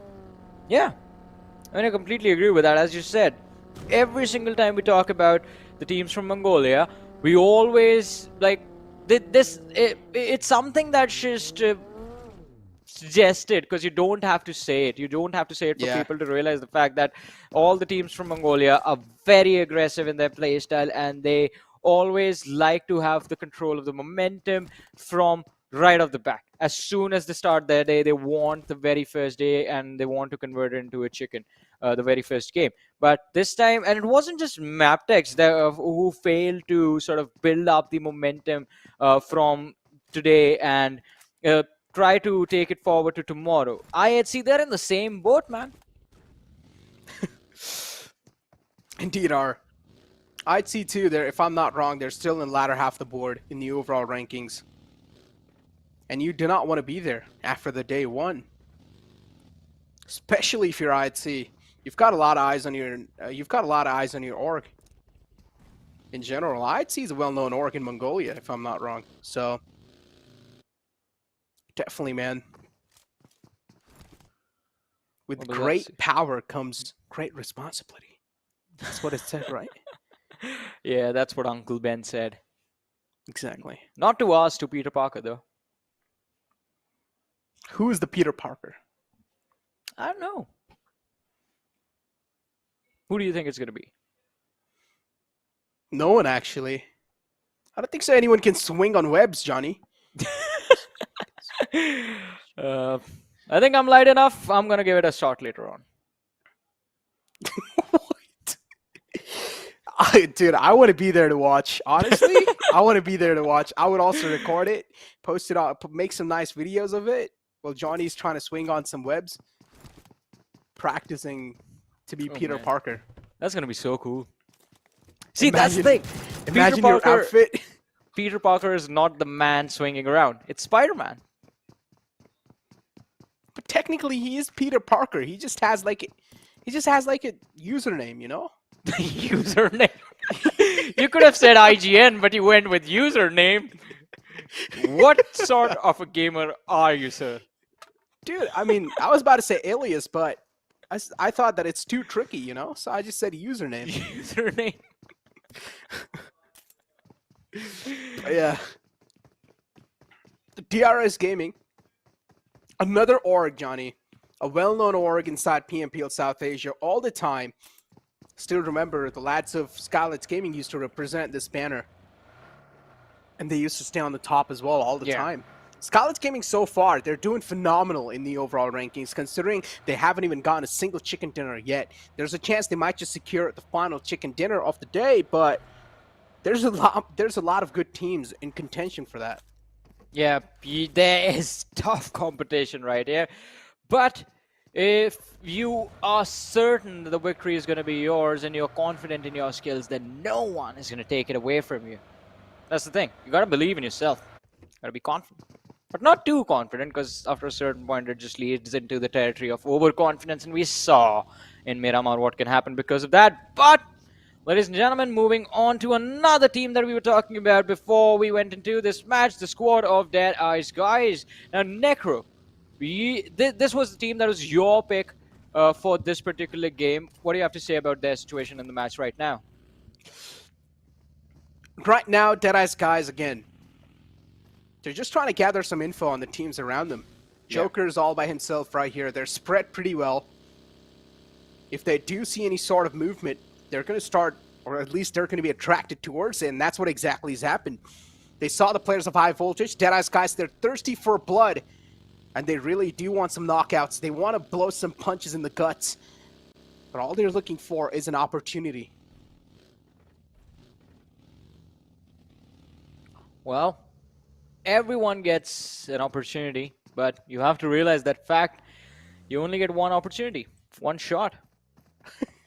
Everything that you ever wanted, one moment. What if you've used the opportunity and then you're still waiting for the opportunity? There's always opportunities, Johnny. Yeah, but what were you doing the first time around? Maybe just chilling. Why are you chilling when certain victory is right in front of you? It's staring you in the face. Just go ahead and seize it, man.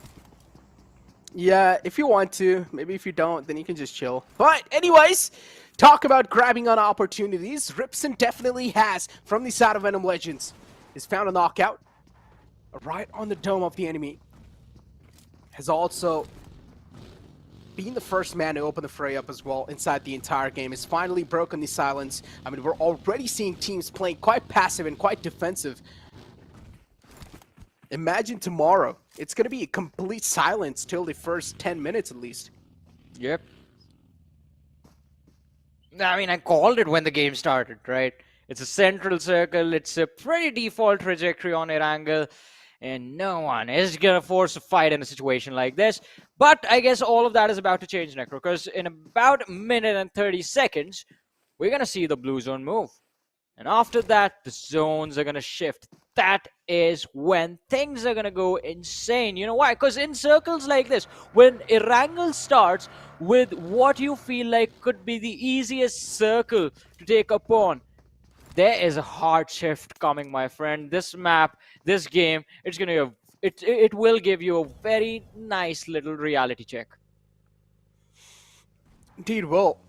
John Mara, 2 players, Gunner and No Fear. They did catch a bit of fire, but it's okay. They're able to get away. Harms free. Seal now against the players of Skylightz Gaming. These two teams definitely do not want to cross each other's eyes because these two teams are quite desperate for a chicken dinner. Skylightz Gaming, though, they're still in the top 5. Even if this game is not that great, they are not going to lose quite a lot. But Seal, on the other hand, they still need to make a base for themselves. Well, yeah. They need to make a place for themselves. They need to find a spot from where they can move. But, well, finally, 10 minutes in, we have the first blood being secured by the players of Seal eSport. And, well, Skylightz Gaming, they're going to be quite worried. They do have these houses, these compounds for cover, and oh, Nima taking those tap shots. Might have just made Seal eSports, or in fact, given away his team's position to the opposition. They have to be extremely careful and cautious right now. Seal eSports, Zake over here.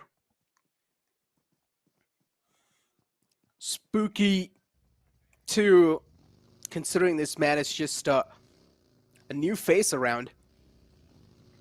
He's doing a decent job trying to merge with the team, trying to gel up with the team as quick as possible. We cannot really expect a lot from the teams that have went through a complete change. But we definitely need to start expecting a lot from week 2. Yeah. Because week 2 is where you still have that cushion, but if you push it on over to the week 3, then you will have a bit too much pressure to rely on. And that is something you do not really want to be in. That pressure of qualifying in just in 1 week, it sounds a bit too much tough for me. Yeah, I mean, it is a lot of mental pressure to deal with. Plus, you're going to be thinking about what is going to happen in the future, if you're going to make it or not, while playing the matches that will eventually take you there. That's double the pressure, man. It's a very tough situation to be in, and I don't want that for any of these teams. But unfortunately, as we discussed earlier on in the day, that is bound to happen for a few. The other teams might just cruise their way to the finals. But now, as of this very moment, we don't know which team stands in which category. We are going to find that out. You, the audience, and us, me and Necro together, we're going to be on this journey. But for now, it seems like Seal eSports are on their merry own journey towards the school apartments. And despite the fact that they did in fact get an easy pick on the player of Skylightz Gaming, they still did decide to not go for the fight. Seal eSports, all 4 players here. They've got 1 elimination point secured so far, and the only elimination point inside the game. This is the calm before the storm, ladies and gentlemen. Don't be fooled by it. These teams are definitely looking harmless and innocent so far, but soon they will have the devil faces onto themselves. Well, we're gonna have to wait for about, I would say, 3 to 4 minutes. Give it about 3 to 4 minutes.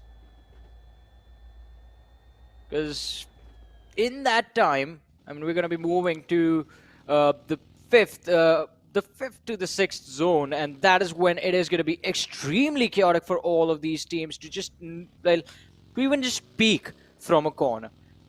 There's going to be too many bodies present in an area that's not big enough for all of them, and that's going to lead to a lot of impromptu fighting. But for now, we're going to have to be patient before we get there. And that is what we are, ladies and gentlemen. Gremlin Storm, we do see them out in the open, A1 Sinister in the rear, and they're going to gear the vehicle surrounding their position, but they do decide to not be too eager to take this fight. But hey, that's not going to be the case for Dictator as A1 Esports. They've pushed in on his building. His jump punch moving, just trying to deny the sound cues to the opposition. Gets to the extreme top of this building, and now A1 Esports, do they know that the man is waiting for them, and he's just standing right above them and dropping down one floor at a time. He's Dictator, the Spider-Man. what is he planning? What is he planning? Gremlin Storm, the push comes in, and A1 Esports, all of a sudden, they are the ones pinned down in the squad house. Oh no, Gremlin Storm, they were able to move out from that house, but still A1 Esports, somehow they're alive with all the 4 players. Kajor's taken down a bit too low. He might just be the first man to get taken down, but no! The nade from the side of Dictator will find the opening. A1 Esports goes 2 men down. Kajor's way too low as well. A1 Esports, they're looking to flip things around here, and they finally will save the day for the team, as Hitman went big on that push. A1 Esports able to save the day and also able to stay alive to see another day. Well, as you said, they do survive. See another day to see another fight. Well, in fact, to fight another fight. A1 Esports, all 4 players, having defeated the players, the opposition a few moments earlier, now have in fact another challenge to deal with, and that is just avoid the blue zone as quickly as possible. Get inside the circle, find some cover, and be prepared for the fights that are about to head in their direction in a few short moments. The first squad wipe of the game, GSM, they had an incredible start to the day, by the way. The first Erangel, they were looking very impressive. We saw them have a good finish on Miramar as well. Well, a decent finish. But in this particular game, the first team to be eliminated is going to be the squad of Gremlin Storm. Still though, 15 teams alive, a lot of players up and alive yet. DEADEYES guys too finally showing themselves up in the elimination feed, as we have John Mara 2 following it up against the players of A1 Esports. A1 decided to move away from that compound, but instantly got greeted by the players of John Mara with open arms. John Mara 2 is one of those teams that is looking quite deadly. High voltage, near the Water City. Also scouting out for some new opportunities. They still need to make it inside the next circle. VENOM Legends on a screen. They're also moving in right next to the players of TRZ. Is that going to be a good move though?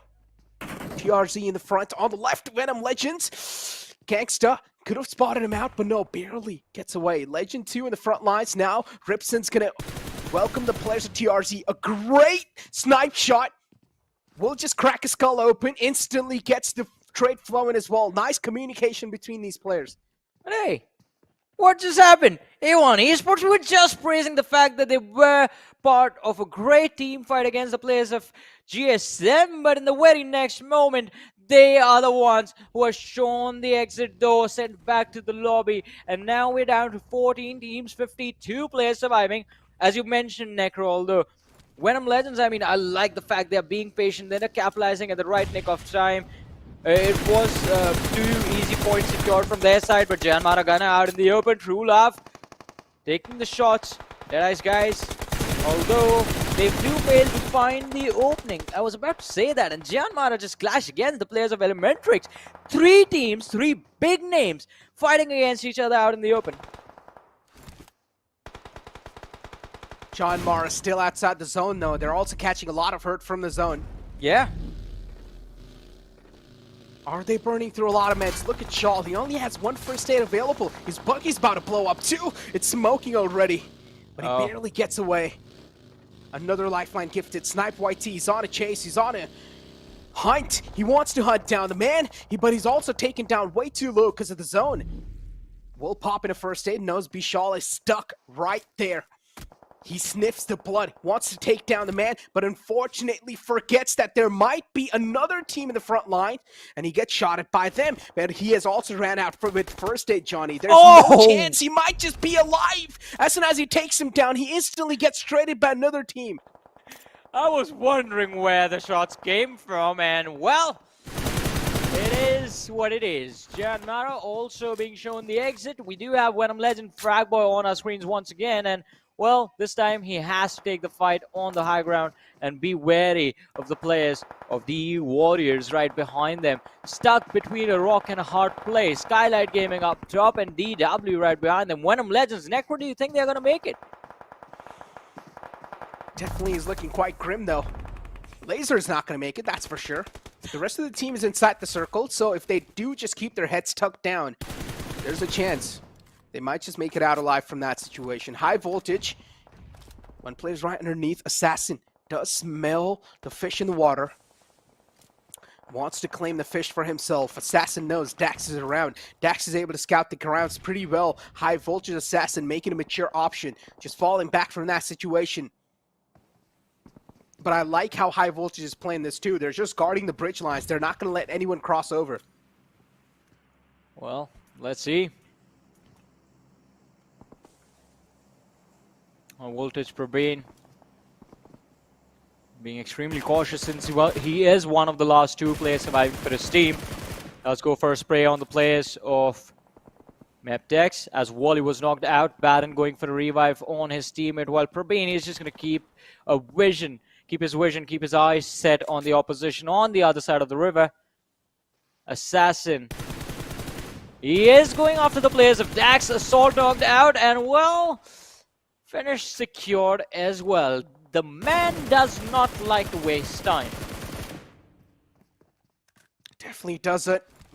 Chipped away quite a bit too. MABETEX eSports is not in the position they want to be in right now, but they are barely squeezing themselves inside the circle too. TDK, all 4 players up. Getting a little bit of backlash. I'm getting a little bit of recap on what happened on the game 1. Sundesh just tapping away mid the mini. Hasn't found any sort of connections yet. Sundesh does definitely want some blood on his hand too. Assassin will be spotted out by the players of MABETEX, and they will shut him down as High Voltage now left with only Probane up and alive to work with. Assassin exposed himself a bit too much, instantly got capitalized on. MABETEX, as I mentioned, they're barely able to squeeze themselves in on the other side of the island. But how are they going to try to move on the other side if the circle does shift away up north? Well, let's see. I hope it moves up north now. That's going to be fun to watch, but Assassin is not getting saved anytime soon. Probane is a little too far away from his teammate, DW. They're going to be taken care of by the players of Skylightz Gaming. On the other side, the TRZ against the players of Seal, and well, Mamba is going to back off after lobbing a nade towards the opposition. The shots coming in from Atomic, but oh, the explosion that he wanted is not really going to be there. Spooky from the other side, definitely looking quite scary, and well, the players of Seal eSports and TRZ, they're going to pass each other by, but from the distance, MABETEX, they chime in, and TRZ are going to be shown the exit from this match. On top, just creeping and crawling, knows a lot of dangers in the front. Players are just waiting for that time, just waiting for that single glimmer to spot him out and shut him down. On top, finally sees an opportunity, strikes in, hoping that SpikeX would not have spotted him out, but with those shots, he's also given his position away. Now, is also getting shot at by Struggled. Para GD in the front. Dax now is going to be a big pain for the side of On Top. and he will need to deal with them peacefully. How is he going to be doing that? That's not going to be an option. Peace is not an option in the battlegrounds. You will be shut down. And TDK also now finally just diverting their attention on the players of MABETEX. IIT is in the clotheslines. TDK moving on around. Well, let's see how far will he be able to get. I see Demo and Alex right in front of Rig. Rig has to be careful. The players from Dax right behind him. And even though he does have the advantage, the high ground advantage in his favor, if you're not too careful, even a single player can destroy and in fact change the fate of your team. MABETEX using the waterways to rotate to the other side. In fact, going for a little bit of a swim while Wally has been left in that vehicle inside the water itself. Seal eSport, they're waiting for this team to show up on the other side of the river. Look at them taking those shots onto that car. Just trying to flush out the last individual. Leo is going to be taken care of. Paragot still remaining. Baron, he's going to try and take this fight, get revenge for his teammate, and then go for a revive. Sees the feed, goes for the spray, and there's the finish. Thank you, bye-bye. A quick seep. But again, MABETEX, I love this feature, man, since it's added. You can actually get the res on the players inside water. That just gives so many new opportunities. That just gives another lifeline for the players. Before, you would just instantly get finished, but now you can also get knocked out, you can also swim, but not just that, you can also get rezzed underwater. TDK, though, they're being the cruel fishermen taking out the fishes in the water, but the shark as well, they're just waiting for that one single piece of land that can hold their feet and that can take them down. TDK, they're not expecting any sort of return fire from the side of MABETEX, and that is expected as well, as Baron now is knocked out. In the front, Seal is the biggest threat alive. TDK, all 4 players up and alive. Rick getting taken down. Sandesh will be knocked out. It's IIT who is striking in like venomous snakes on the players of TDK. IIT opening the fray up. Also spotting out another player. Alex single-handedly with barely any sort of HP is able to shut down 2. But he spoils the sport of TDK. It's all down to Rick and Jane. All right, train to kill. They're still there. Legend knocked out. Rig and Jane still surviving down to the top 3. MABETEX with the last player inside of the game. Seal eSport with all 3 players left. Legend, he is trying to crawl towards Rig to go get the revive upon him and be back inside of this match. But Seal eSport, they have complete and utter control of how they want to play in this zone. The trees are going to be there. Zeke and Spooky going for the flank. Jane is the only man who stands in their way, and it is going to be quite interesting. MABETEX, Wally is going to be taken out. Spooky too distracted by these lads. This game plan can in fact backfire if Jane walks away with those points, but no, Zeke was there to take care of it, and instant knock and finish. I feel like I know where this game is going to go. It is going to be Seal eSports securing the win in the end. And we were just talking about Seal. We were like, why is Seal not able to pop off? And I even mentioned maybe in the final game, maybe they're just taking a bit more time to reveal their true intentions, to reveal what they really want to do. But quickly just loot some meds from the man whose grave was just made on there. A nice nade from the side of TDK. What a capitalization. That nade was pretty far away too. TDK, the precision on the utilities is always something to be appreciated. But there are still the players of MABETEX alive inside water. Baron's position and compromised. He will need to get back up on top of the water to get some breath. Is his position known? The player inside water was definitely knocked out. Seal, they are now starting to second guess themselves. Maybe there's a chance someone will strike in from the water lines, but no, that's not going to be the case. And yes, that is actually going to be the case. Baron strikes in. The shark finally finds the moment. Well, but let's see. Baron, he can be the game changer right here, securing these picks. Seal eSports, this was supposed to be their game, but it is being snatched away right in front of them. Baron steps out from the water, and well, he might just go down instantly. 1v2 against the players of T2K, Legend and Rig still standing in front. Baron is down to around 50% HP, while the opposition, they are looking quite healthy. And well, the damage was dished out. Legend is going to be dropped down to a 50 as well. Rig taking the shots, but they have to be extremely careful. It's 2v1v1, trying to kill. They might have the numbers, but the opposition, they are split at very hard angles. So they have one team right in front, and then Madden is somehow causing a lot of trouble from the shoreline. They indeed are. Legend and Rig having the high ground to play around with. How the games were griefed. First, TDK's game was griefed by a solo player from IHC, which was Alex. And then Seal's game was griefed by a solo player of MABETEX. It's always the solos being the biggest threats for these squads. Always leaving their 6 open. And a chance for the players, or a chance for the solo players to sting like a scorpion. Well, let's see. Baron with his position, with him just changing his position and being quite close to Farad, the results of the game can actually work out in the favor of Train to Kill. If Seal eSport and the Lost Lad from MABETEX, they end up fighting amongst each other. Baron is being extremely careful with how close he gets to the ridge. You have to. Yeah. Baron being the naughty boy. Looking to play around with the players in the front. Finding someone to play with. Right now, it's just the quiet. Feel the silence, ladies and gentlemen. The players with evil intentions, wanting to take each other down. TDK having the man advantage with themselves.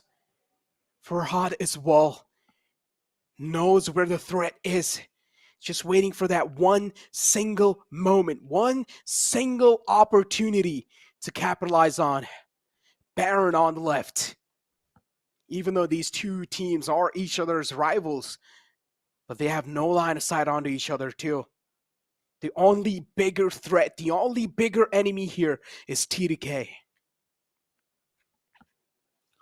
Well, let's see. It is the common enemy for both these two teams, and you know what they say, the enemy of my enemy is gonna be my friend, but that's not the case. Baron is gonna fall down, and well.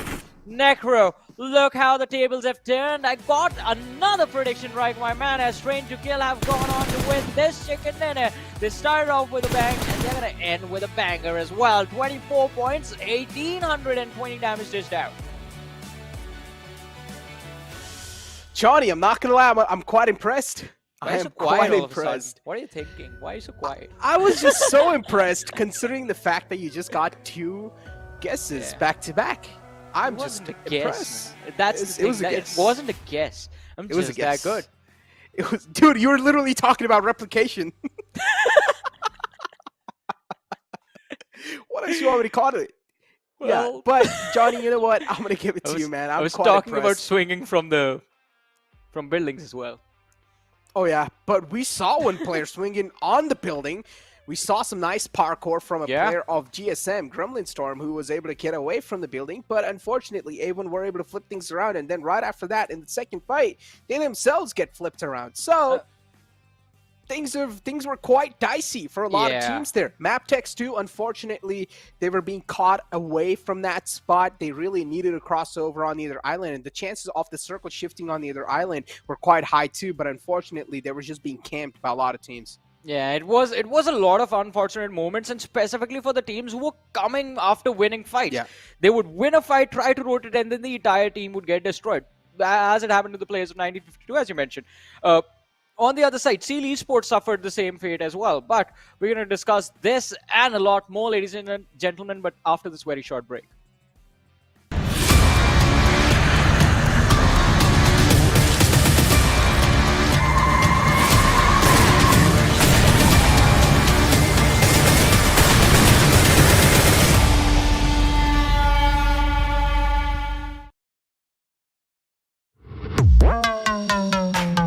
I'm the real, real deal.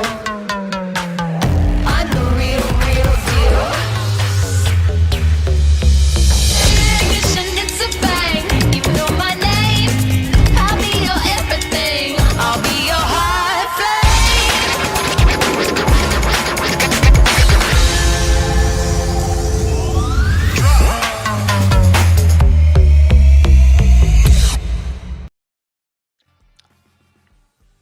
Well, ladies and gentlemen, day number 1 of the PMPL South Asia Fall Season 2022 almost coming to an end. And when I say almost, because we still have to look at the overall rankings at the end of the very first day. By the way, this is Super Johnny, joined by Necro, and this event is brought to you by the Oppo F21 Pro. But, Necro, thoughts on the match? What was the team that you expected to perform? And, well, they were taken out early. I mean, I went with Deadeye's guys, and I didn't see yeah. them. I don't know why, man. It's like I expect you to curse teams, but at the end of the day, it's me this time. Has the powers exchanged? Yeah.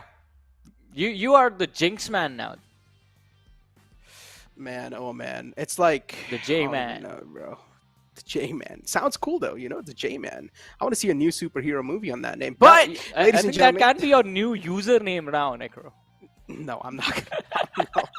But anyways, man, the previous game was definitely quite interesting. It has been a long day, Johnny, so a little banner, a little laughs here and there. It's quite good. But a friendly reminder, even for the chat, stay hydrated, take a sip of water. It has been a long day, ladies and gentlemen, so you guys need to stay hydrated. Do that. A lot of love for you guys too, and hopefully this day, or hopefully all these 5 games were quite enjoyment, because I personally enjoyed all those games. And talk about those games, the final game stats are still yet to come, so stick around for those, as we have Sealed Zake, the MVP of the previous game. I mean, yeah, Seal eSports, they had an amazing run. They almost destroyed the team that I predicted to win this game, but it was just the fact that they got too eager to take the points of the players from MABETEX eSports. I believe it was Baron and one of his teammates, Wally, who had dropped down into the water, and Seal eSports got too eager to get those points, and they ran into the line of fire of the players of Train to Kill, allowing 2 lads to get knocked out. Baron came up, stole those points from Train to Kill, and then the advantage went to the players of T2K. Had Seal eSports just stayed back, had they just held their ground, Necro, this was their game. This was their chicken dinner. Definitely. I mean, look at that. I'd see Alex, I'm going to say he was definitely the man of the hour right there. He almost spoiled the entire game for the players of Seal. But then you talk about teams being complacent, teams being overconfident, and that was the prime example of that. Seal got way too complacent in the place they had for themselves.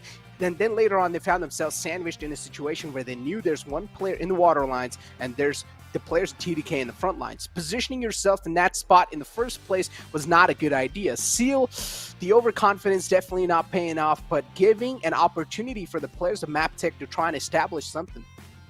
Well, and I mean, it was a little too late by the end of things once you are already in a position from where there's no backing out. But on the other side, props to Sandesh and Rig, man. They had an incredible moment, were able to perform really, really well, especially Rig with how he was able to just lob the nades, take down 2 players from the side of Seal eSports, which resulted in the team T2K getting the win.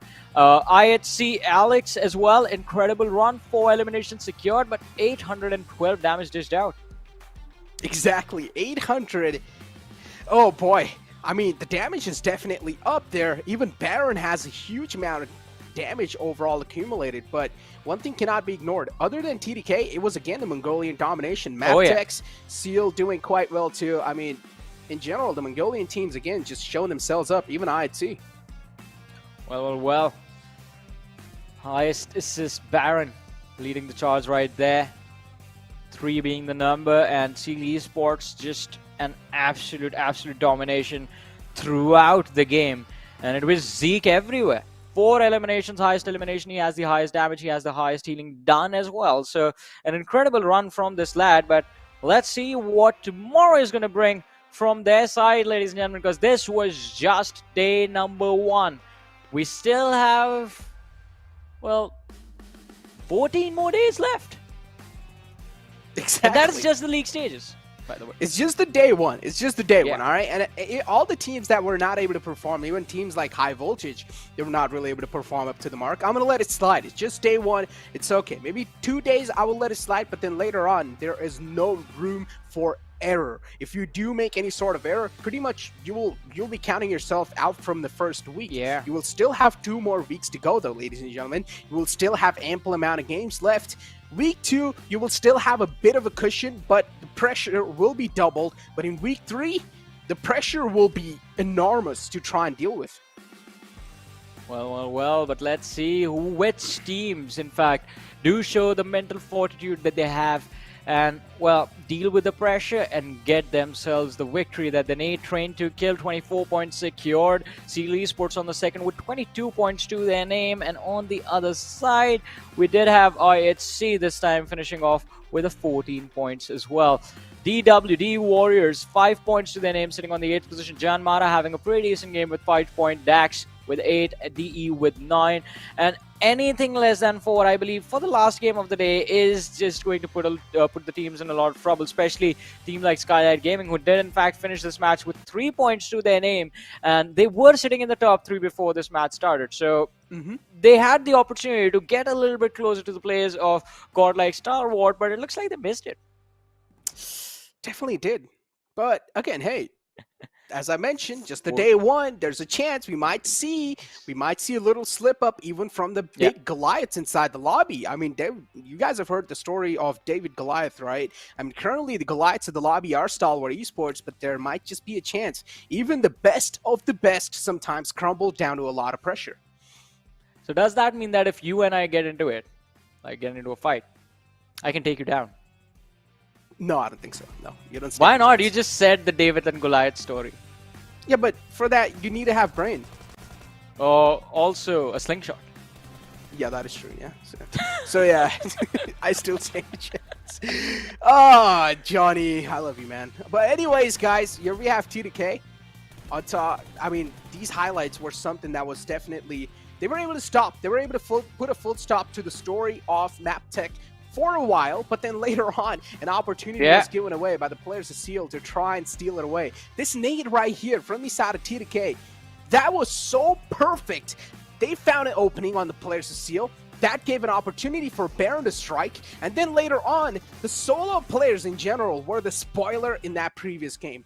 Those solo players from every single team, they play a big role in the final moments. Well, it does. It does. I mean, the moments of brilliance that you showcase when victory is on the line will definitely not just boost your own confidence, but instill fear in the opposition.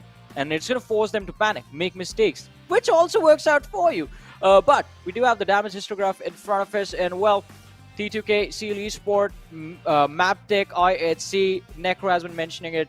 It was a complete domination from these 4 teams in particular. Everyone else, we do see those damage numbers, we do see them getting those finishes, but that was bound to happen because it was the action of this entire match was sort of completely focused in the late game stages within the last 5 to 6 minutes. That is when all the fights happened. Majority of the fights, 80% I'll give it. They definitely did. But then later on, you have teams like DEADEYES, guys. My prediction, you have teams like Dax who are not able to perform up to the mark. I mean, Dax definitely need to start getting used to the lobby. DRS with only 3 damage. That is not something that you want to see, especially on a team like DRS. But hey, man, it is what it is, as they said. But they will have an opportunity tomorrow. That's the beauty of things, right? That's the beauty of having a tournament that's going to last you 3 weeks. You mess up on one day, no worries. If you mess up on day one, that's the best, what I feel like that's the best place to make mistakes, day number 1, because then you have a lot of time to fix those mistakes and get better. It's better than messing on the last day. But yes, as you mentioned, Necro, Train to Kill, sitting on the first position, the advantage being just 1 point. Look at DEADEYES, guys, on the third too. They're moving up in the overall rankings, though, even though my prediction did not come through, but still, DEADEYES, guys, they're doing phenomenal in the overall rankings, considering they haven't gotten a single chicken dinner yet. Stalwart with 2 chicken dinners, T2K with 2 chicken dinners, and Elementrix with 1. These teams are doing okay. Elementrix, though, still in the top 8. Something needs to be done here from the side of Elementrix to at least establish a top 5 dominance, because once you're in top 5, you always have that assurity, a piece of confidence that you really do need. But Seal, a huge leap from their side, 11-spot leap. Wow, what a performance. Now, this is a game that mattered for them. Before this match started, we were talking about Seal eSports as well, being on the second page of the rankings, but now the jump that is there, 11 places in a single game. But as you said, A1 eSports sitting on the last position with 4 matches done and dusted. Flashbacks. And still, Necro, they don't have a single placement point in 4 games. I'm having flashbacks. That's all I'm going to say. That's all I'm going to leave it to. The people, the observers, or the viewers that are in the chat, they probably know what I'm talking about. I'm just going to say I'm having flashbacks of what happened in the previous PMPL. A1 Esports, at least in the first day, we haven't seen any sort of improvements, but maybe we can let it slide because it's just the first day. There's still a lot much more opportunities to come. So A1 Esports, you guys have a lot of chance to try and get a grip back inside this entire competition. Yeah. I mean, they have a lot of time. I mean, and that is something that they need to stay focused on. And also, as we mentioned when we were discussing the format, ladies and gentlemen, if any of you guys missed it, the weekly rankings reset every single week. So that is also something that can work out in the favor of A1 Esports. If they fail to make it to the Super Weekend this week, then they have to wait for the next week. And that is when they will get the opportunity to qualify once again. And maybe if they make it to the finals, it is going to be quite interesting. I want to see if there will be a team that makes it to the final without going through the Livik maps. That's going to be interesting. That'll be really impressive, yeah. Even though you haven't gotten that extra game to play and you still make it in the top 16, that'll definitely be quite impressive. Considering there's only going to be top 12 teams moving in forward inside Livik every single week, and there's only going to be one extra game. I mean, this format is really interesting, and I feel like this sort of format is really needed to spice things up. Yeah, I completely agree with you on that.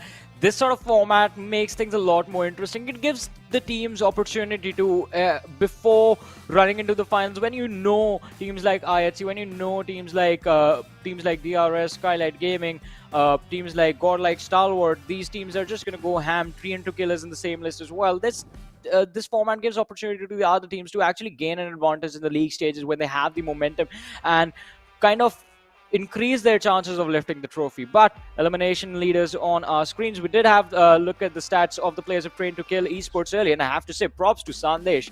11 eliminations by the man in the entire day, 11 eliminations by Action as well in the entire day. It's just the damage difference that's there between the two lads along with the survival time.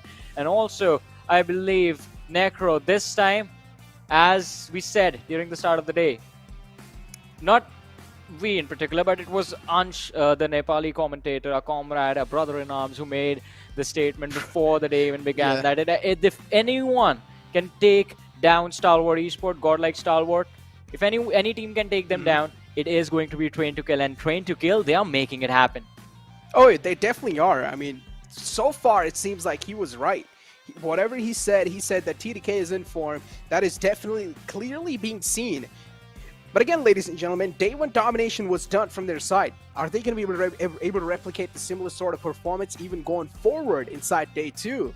That is what we need to know, because day two, I'm expecting a decent amount of changes. I'm expecting a change in the pace. I'm expecting a change in the approach from a lot of teams.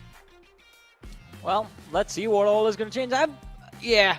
All right, so we do have the daily winners on our screens, and I wish I could have wished for something else. I'm so mad about it because I said I wanted a symmetrical day summary. We do have it, ladies and gentlemen. The first game going to Train to Kill, second to Stalwart, third to Elementrix, then fourth to Stalwart, and the last game was Train to Kills as well.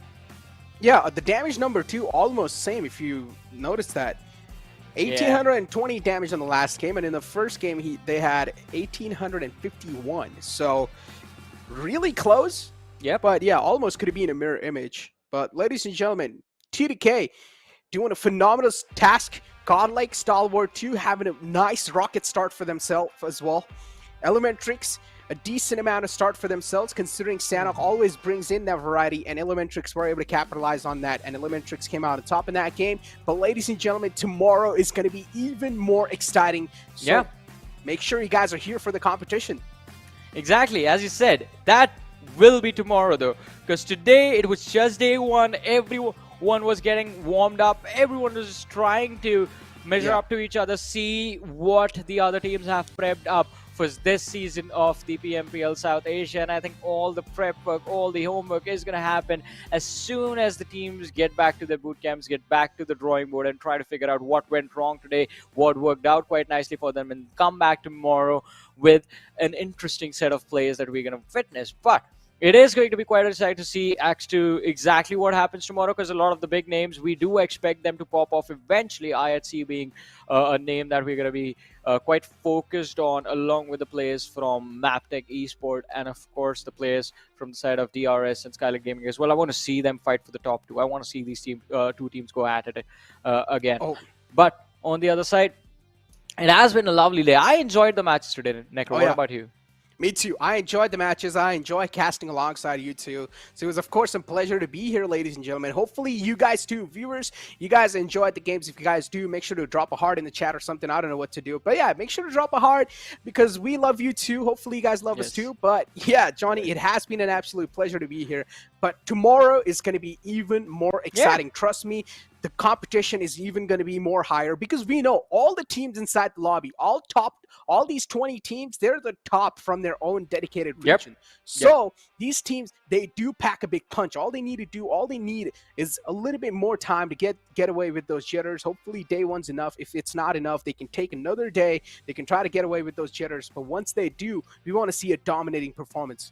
Yeah, exactly. I mean, we want to see a dominating performance, and as you mentioned, I mean, it is going to be quite incredible to see how the teams actually do make it work. Because what works for a team like Stalwart, godlike Stalwart, is not necessarily the same thing that's going to work for, let's say, the players from IHC or the players from MABETEX or the players from Train to Kill or the players from A1 Esports. One team strategy is based on how the individuals play, what the mindset of the individuals is going to be like, and it's very important for all the four players to be on the same page, have the same mindset, have the same goals, not just inside of the game, but looking at the bigger picture as to where they want to get as a team.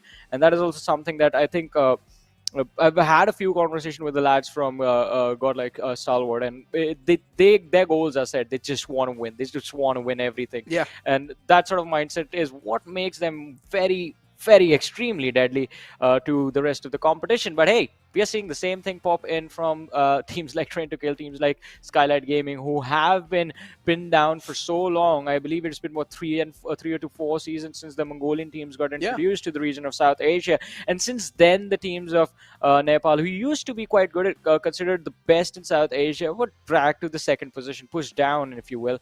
But now, I feel all of that is about to change. I mean, not just that, we're still waiting for a lot of teams to activate themselves. And some of the big names being IHC, I mean, that's big enough to let you guys know how the first day has been. As I mentioned, maybe they're just trying to get rid of those jitters, but we never know what to expect from day two. Yeah, we never know what to expect from day two, but you know what? We can find out tomorrow, ladies and gentlemen, because we have come to an end of our show today. It was an absolute pleasure casting these matches for you, but we're going to be back again tomorrow at the same time on the same channel, so do make sure to tune in. Until then, take care. Good night.